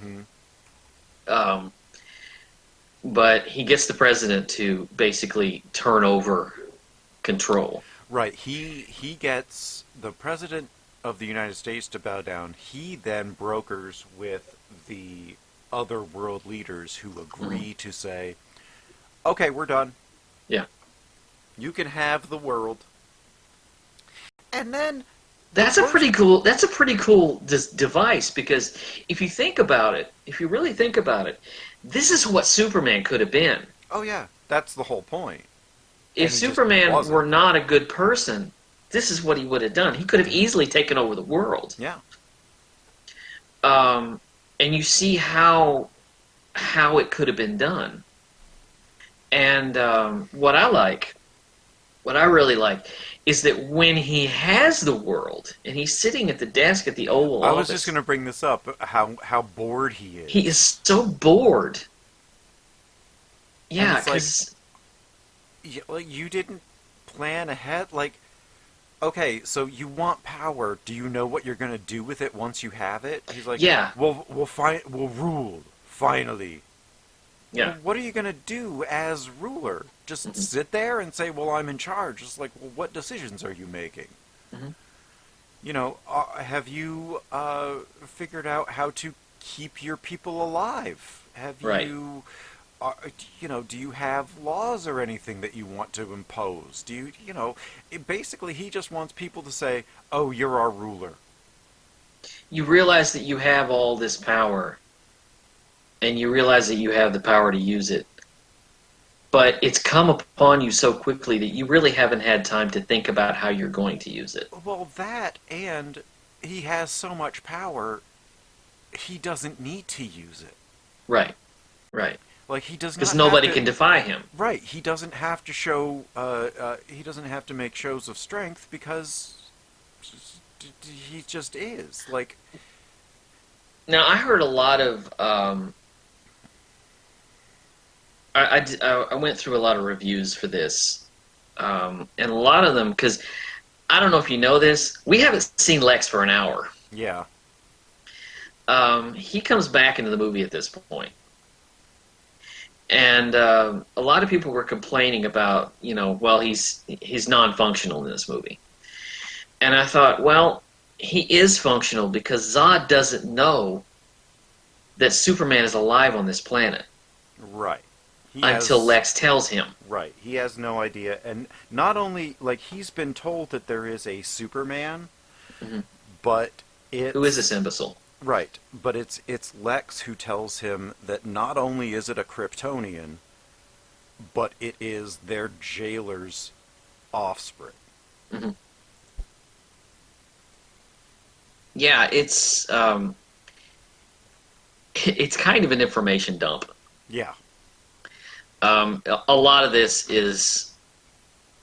movie is just connecting exposition, connecting plots, Right. clumsily. Yeah. Lex comes in. I think Lex's function in this is so everything won't be so damn serious. Mm-hmm. Because it's a ridiculous plot anyway, but you need some comedy relief. You do. What I don't get is why Australia? Because he likes beachfront property. Australia. That's nothing but beachfront property. It's all the way around. Have you seen the Outback? Ugh. It's brutal. And all of the terrifying things within it. Yes. Yeah. Yeah.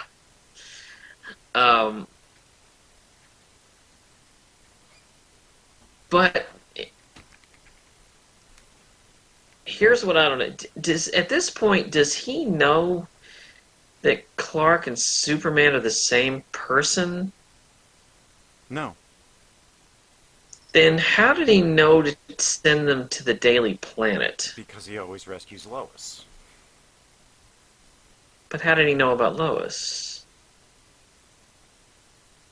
Because she was part of the whole first one. Okay. Yeah, I wasn't sure about that. But anyway.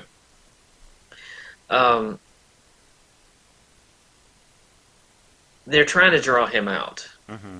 And they do.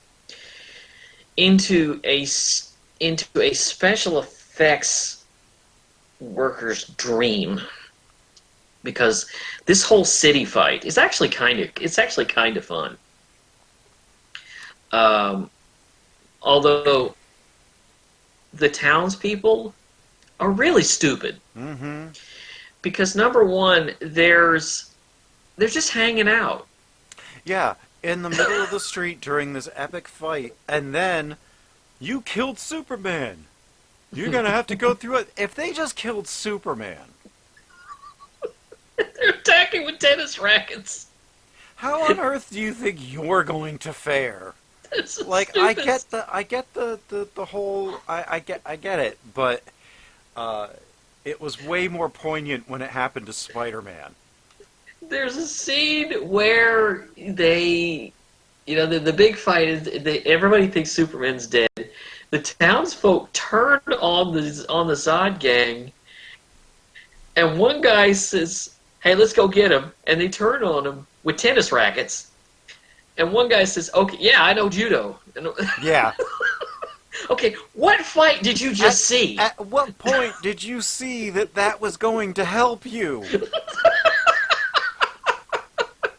You've got to get close for judo. Yes. You just watch these people fly around, use laser vision, and blow stuff up. And just blow. And pick up a city bus. Yeah. like it's a sweet sentiment, guys, but You know who really loves this scene? The people behind Coca-Cola, Marlboro, JDC, and Kentucky Fried Chicken. there is there is more gratuitous product placement in this than there is in Mac and Me. Yeah. And Mac and Me is a product placement. Mac and Me is a 90-minute Coca-Cola commercial. And McDonald's. Oh yeah, well, yeah. Well, what I love is they keep showing you this epic fight, which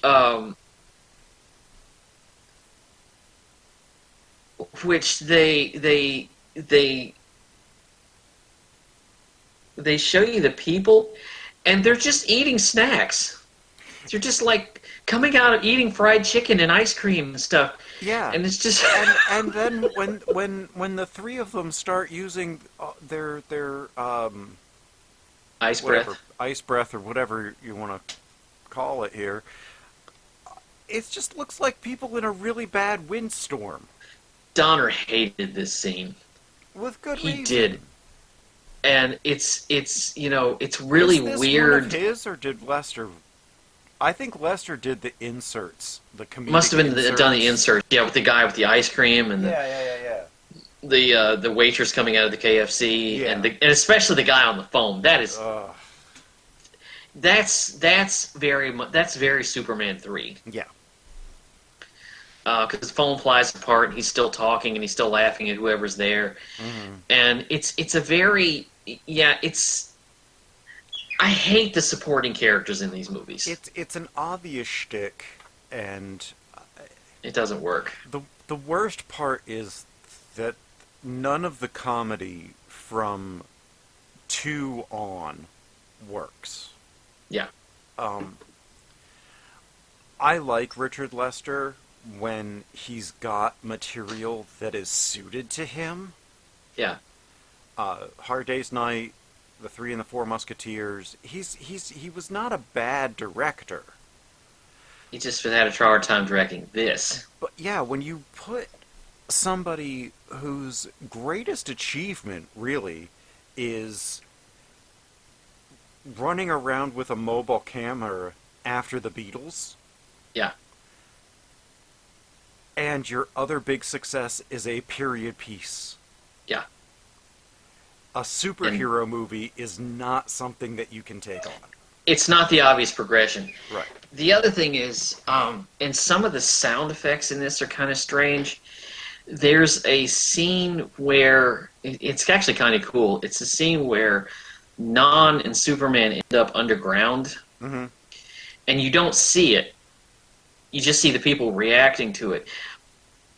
But as I was watching it last night, I noticed there are tiger noises.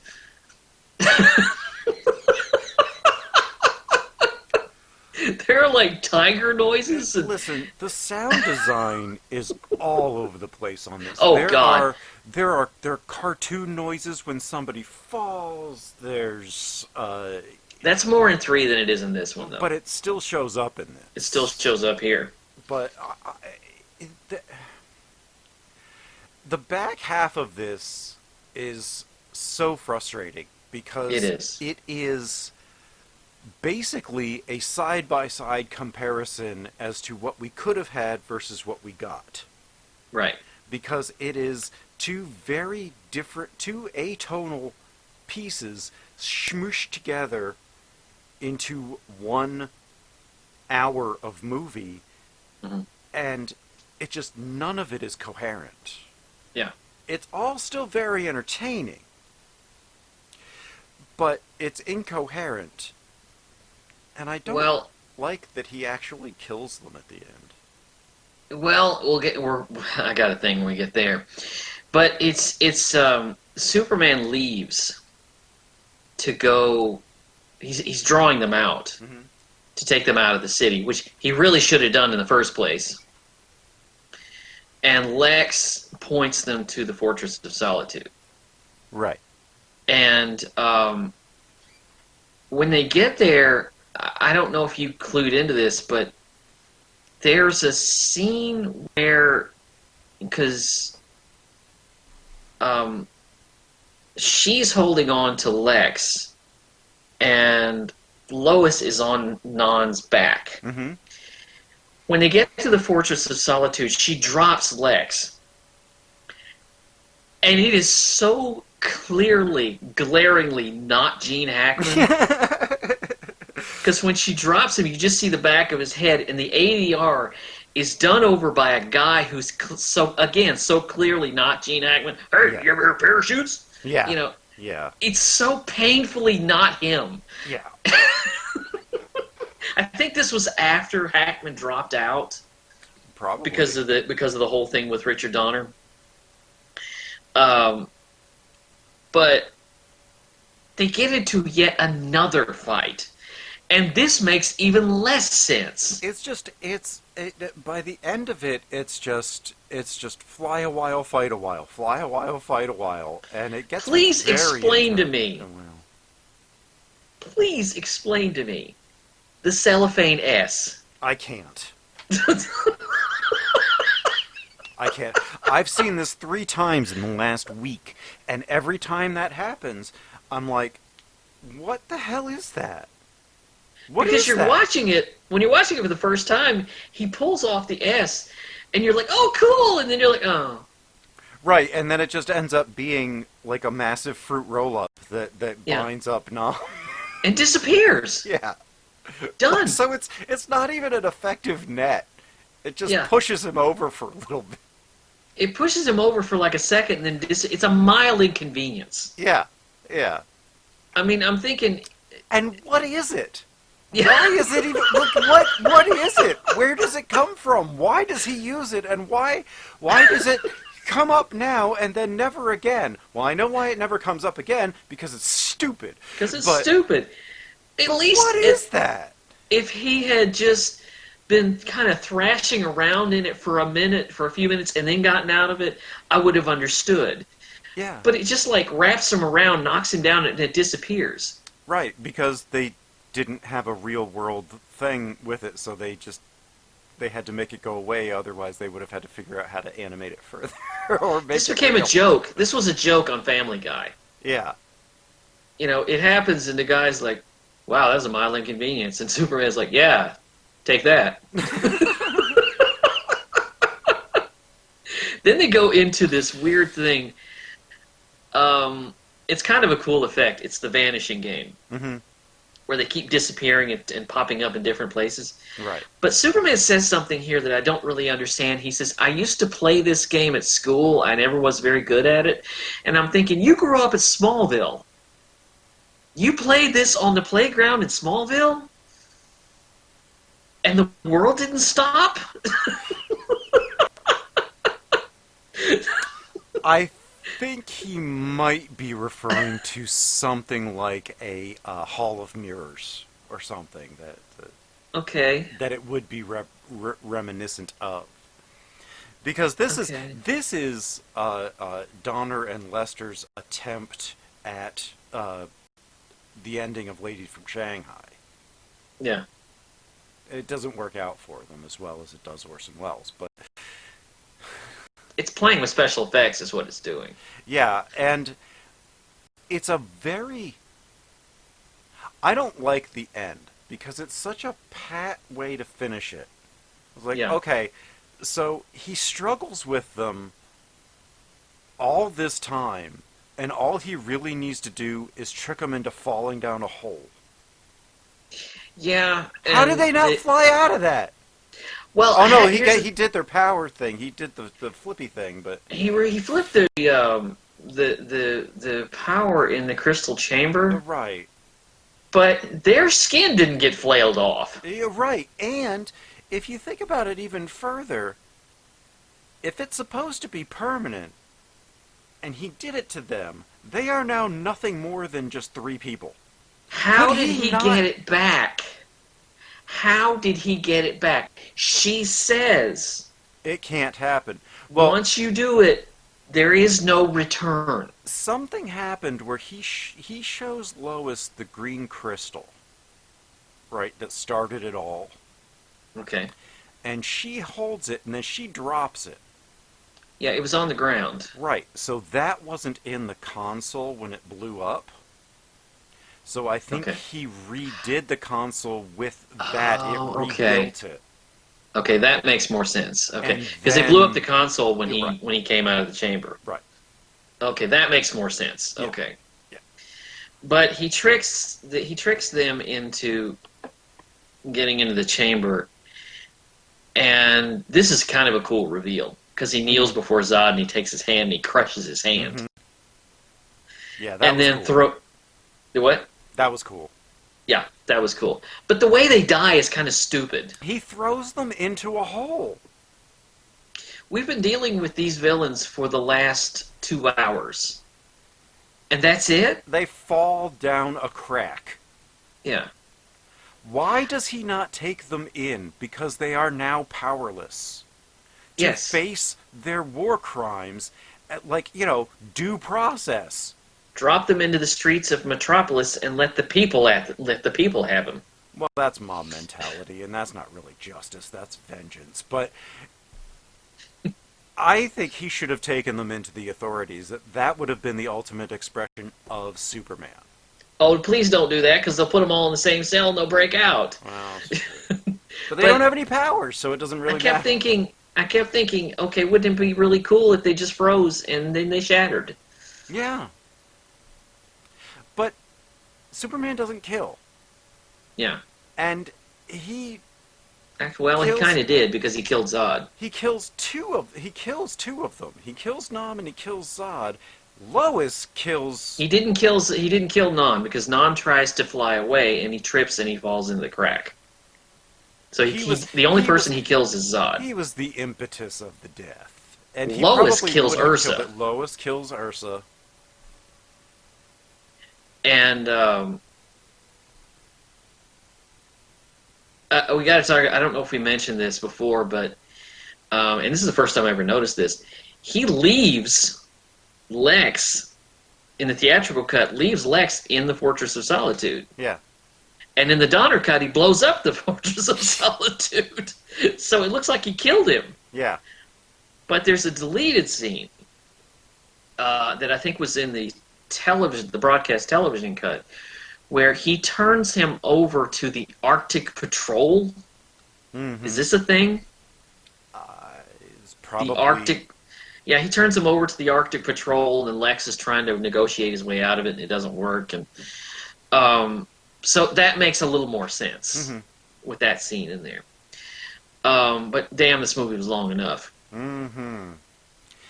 Oh, and then we get to the pettiest part of the movie. Not yet, Oh, because well, we yeah, I got guess the there's amnesia kiss. Believe me, we got 3 wrap-ups God. here. The one is the wrap-up to the love That's story, true. which is a really good scene, by the way. Yeah, until the end.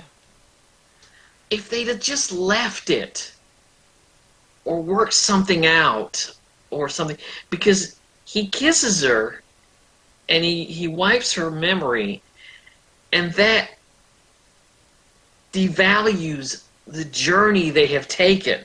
Yeah, it's a reset so that they can have their will they won't they shit in the next one. Mhm. Because apparently they did not know how to write a relationship. They just knew how to write a clumsy guy not getting into one. Right. And a very strong-willed woman who's attracted to power. She's attracted to power. It's a very Me Too moment. Yeah. Yeah. But she does some really good acting in this scene. Margot Kidder's wonderful. She is struggling with, and she says, how can I look at you every single day and know and know what I know? And that would have been, just without the amnesia kiss, just would have been such a great note to leave it on. Mm-hmm. But it would have added, gravitas and dramatic flair, which is exactly what the Salkins were looking to undermine. Right. Because Now- the scene, up until the memory kiss, is very much Mario Puzo's scene. Yeah, it is. It's Mario very much Puzo so. wrote the screenplay, and then the Nielsen's went through and unwrote it. What's worse is the Donner cut. Yeah, Because how they just take kinda, out the amnesia kiss. and they throw in him turning the world backwards again. Yeah. Which makes the next scene null and void. Yeah, yeah. because he goes back to the diner to extract petty revenge. Yeah. So none of that happened. Why is he even like He doesn't even know this guy. right? And then, like he says, I've been working out. It's been a day. It's been. This is what Superman is not. Superman is not about a gross misuse of power. Okay. Exactly. I'm sure he's got better things to do. That Yeah. little bit is what I expect Richard Nixon would do if he had superpowers given to him later in his life. Right. Just going back and beating up this guy. Yeah. Now, I don't know. I had problems with this even when I was a 9-year-old. Yeah, the pettiness of this is just off the scale. Yeah. Very, very unlike him. And they do it just as a cheap callback to an unpleasant scene. A good scene. Yeah. But an unpleasant scene. Right. Like, I didn't really need to be reminded of that, and I didn't really need Superman being a petty, vindictive jerk. little dick. Yeah, I mean, A gross misuse of power. yeah. Well, now, the last scene in the movie, he goes and the wrap up is he finally arrives at the White House, and he tells the president, which, by the way, they fixed the White House, but they didn't fix Mount Rushmore. Mount Rushmore would take a whole lot longer, though. He says, "I'm sorry I've been away so long. I won't let you down again." And I'm thinking, yeah, but you still got Superman 3 and 4 to go. You've already let us down. Yes. You already have, Clark. You already have.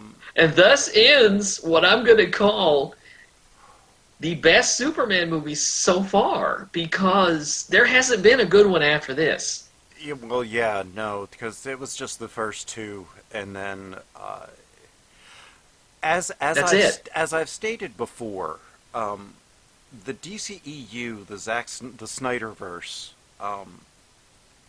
I can watch and rewatch and be reasonably entertained by, despite the fact that I can look at them and say, these are terrible. Good for you. I am one of the very few that can extract a modicum of pleasure from them. Yeah. But I still understand that they're not. I kind of look at them, they're like the prequels. Like, I can extract joy from them as long as I don't think about them too much. I've seen Man of Steel twice. I've seen it more than I don't need to see it a third time. I think I've seen it 3 or 4 times. The magic of that first Superman movie is so far from anything that Zack Snyder puts into Man of Steel. There's no magic, there's no wonder, there's no love in it. That's the whole. That's what Snyder doesn't understand about comics. Like, because he had initially started doing like very serious adult comic adaptations. Yeah. There's not a whole lot of, stand-up behavior in 300. Yeah. There's not, that's not heroic. They are going to die because of basic mismanagement of the military. And then he does Sucker Punch and the Owl movie, and he doesn't want to show heroism. Sucker Punch made me itch.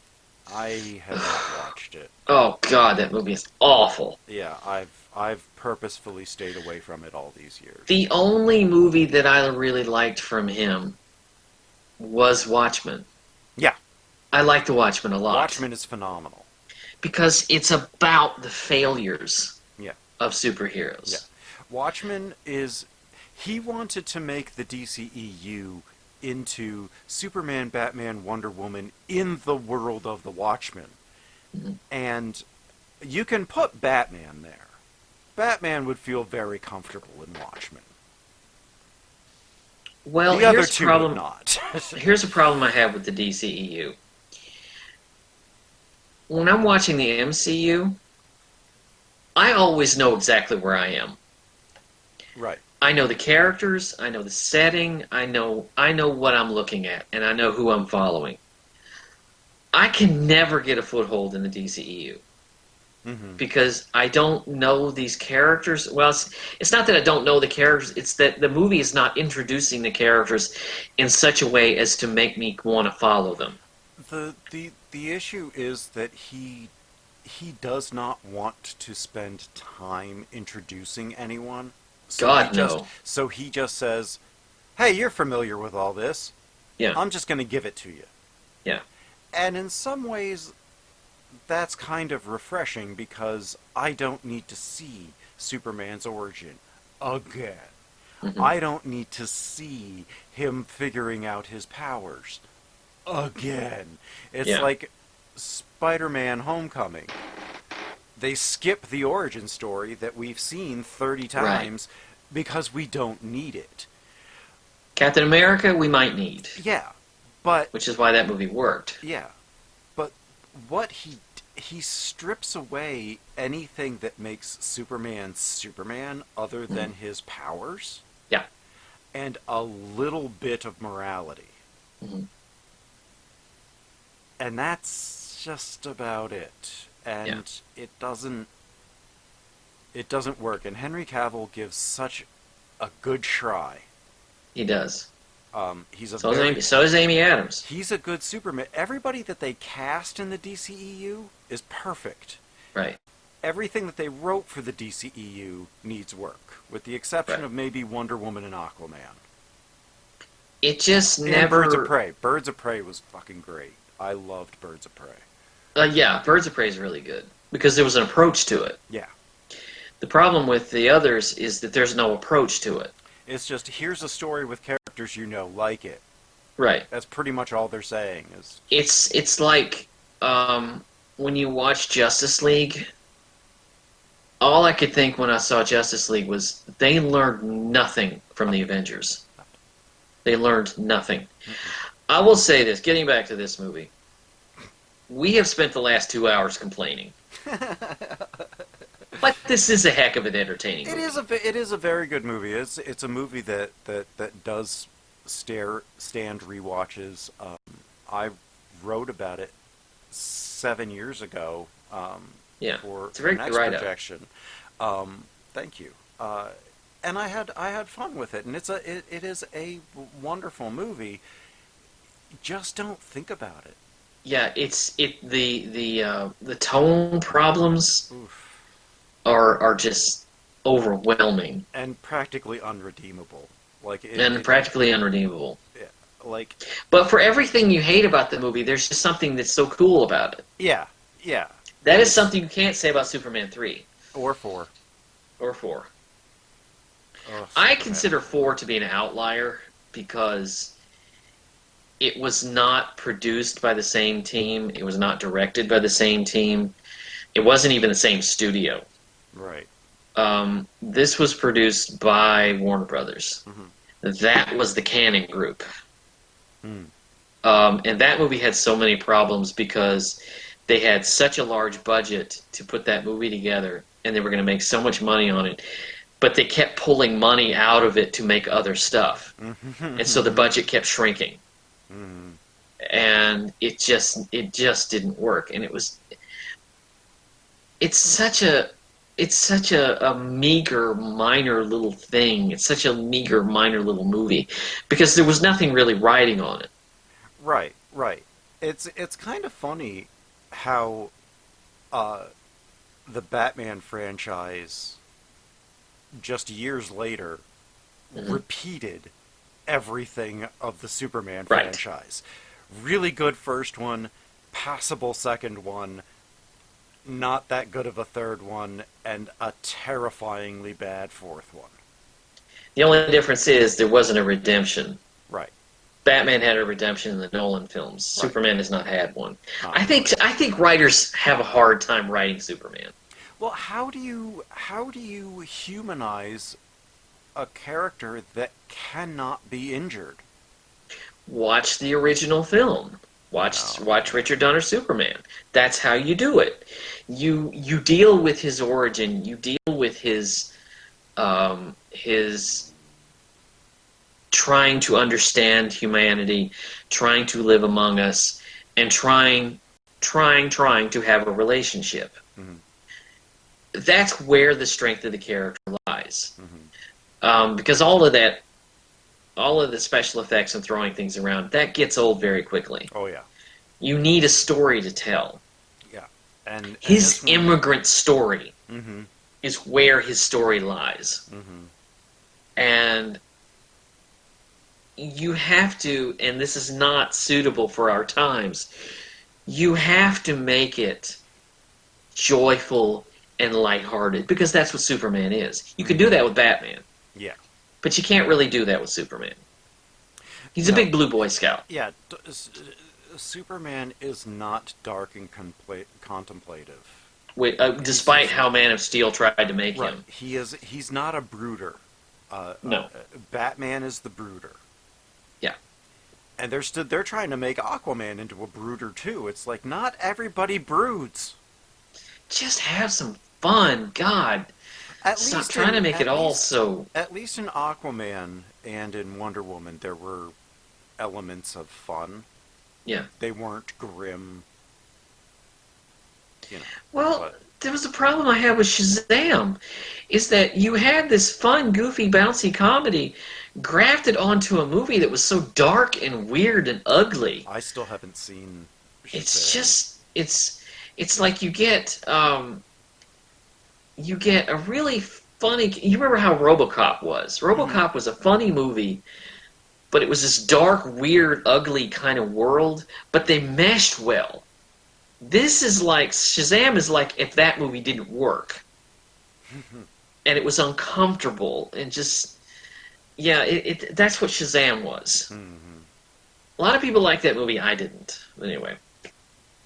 But that's Superman 2. Yep. I enjoyed this. Yeah, I do too. What do we have? What do we have coming up?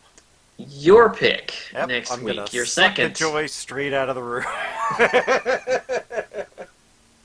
Gonna crap all over my Joy Fest. We're talking about Only Yesterday, which is a Miyazaki film. Our first Miyazaki film. Not a Miyazaki film. Not a Miyazaki? I thought it was a Miyazaki. Okay. Studio Ghibli, but it's not a Miyazaki. Not Miyazaki, okay. Our first Studio Ghibli, which I'm surprised it took us this long to get to Studio Ghibli. Yeah, me too. It's a very good, very, very good movie. It's Excellent been a movie. while since I've seen it. It was directed by Isao Takahata. Okay. But it's been a while since I've seen this one. Yeah, I saw this, I don't know, probably 5, 6, 7 years ago. Mm-hmm. Yeah. And that was the only time I watched it. It is a beautiful film. It is. It is. Again, chosen to commemorate the 75th anniversary of the bombing of Hiroshima and Nagasaki. Yeah. And by the way, bomb. I'm sorry. Go ahead. If you enjoy our little fire sale reviews, give us a suggestion if you'd like to hear. Yeah, let us know what you'd like us to take on. Doug doesn't know this, but I might make him pick the next one. I don't know. Yeah, I've already been trying to find something for it. Here's the funny thing about this show. Whatever I want to talk about just has to land on me. I can't just go looking for something. It has to kind of just be whatever I'm in the mood to talk about. Yeah, and I'm so the it just kind of exact lands opposite. on me. I have to plan this out, or it will cause me nothing but stress and anxiety. Yeah. Yeah, like, I have a very bad anxiety problem, and this just feeds it. If I don't have something already set, and it's getting closer and closer, I start to panic. And it's not. Yeah, I'm looking at my DVDs over here, and I'm thinking, well, half my DVDs are movies we've already talked about. So, Yeah. but But anyway, that's all I got. Yeah, that's all I have. That does it here for us on the Pod Bay Doors podcast with Doug and Jerry. You can find all of our back episodes at the podbaydoorspodcast.wordpress.com. You can follow us on Twitter at pod_bay. You can follow us at Patreon at pod_bay. And you can listen to us on iTunes and YouTube. We are there. Leave us a comment, your upvotes, your 5-star ratings in iTunes, anything you can would definitely help us out. We thank you so very much for joining us, and the Pod Bay Doors are now finally closed. The mission has been completed.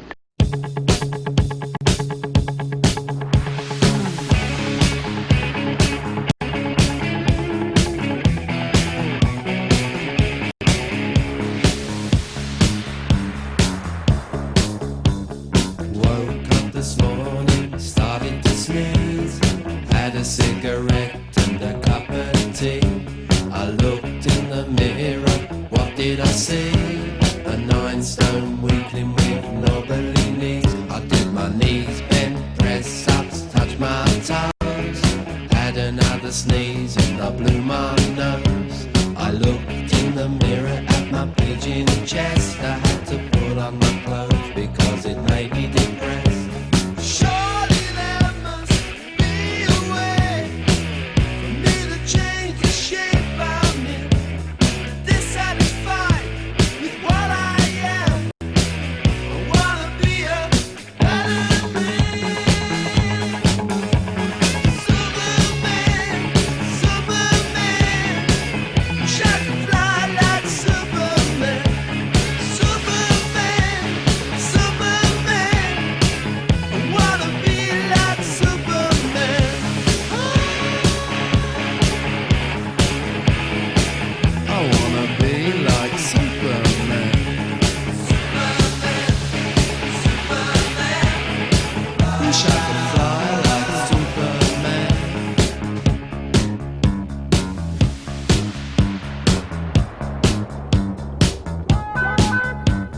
Woke up this morning.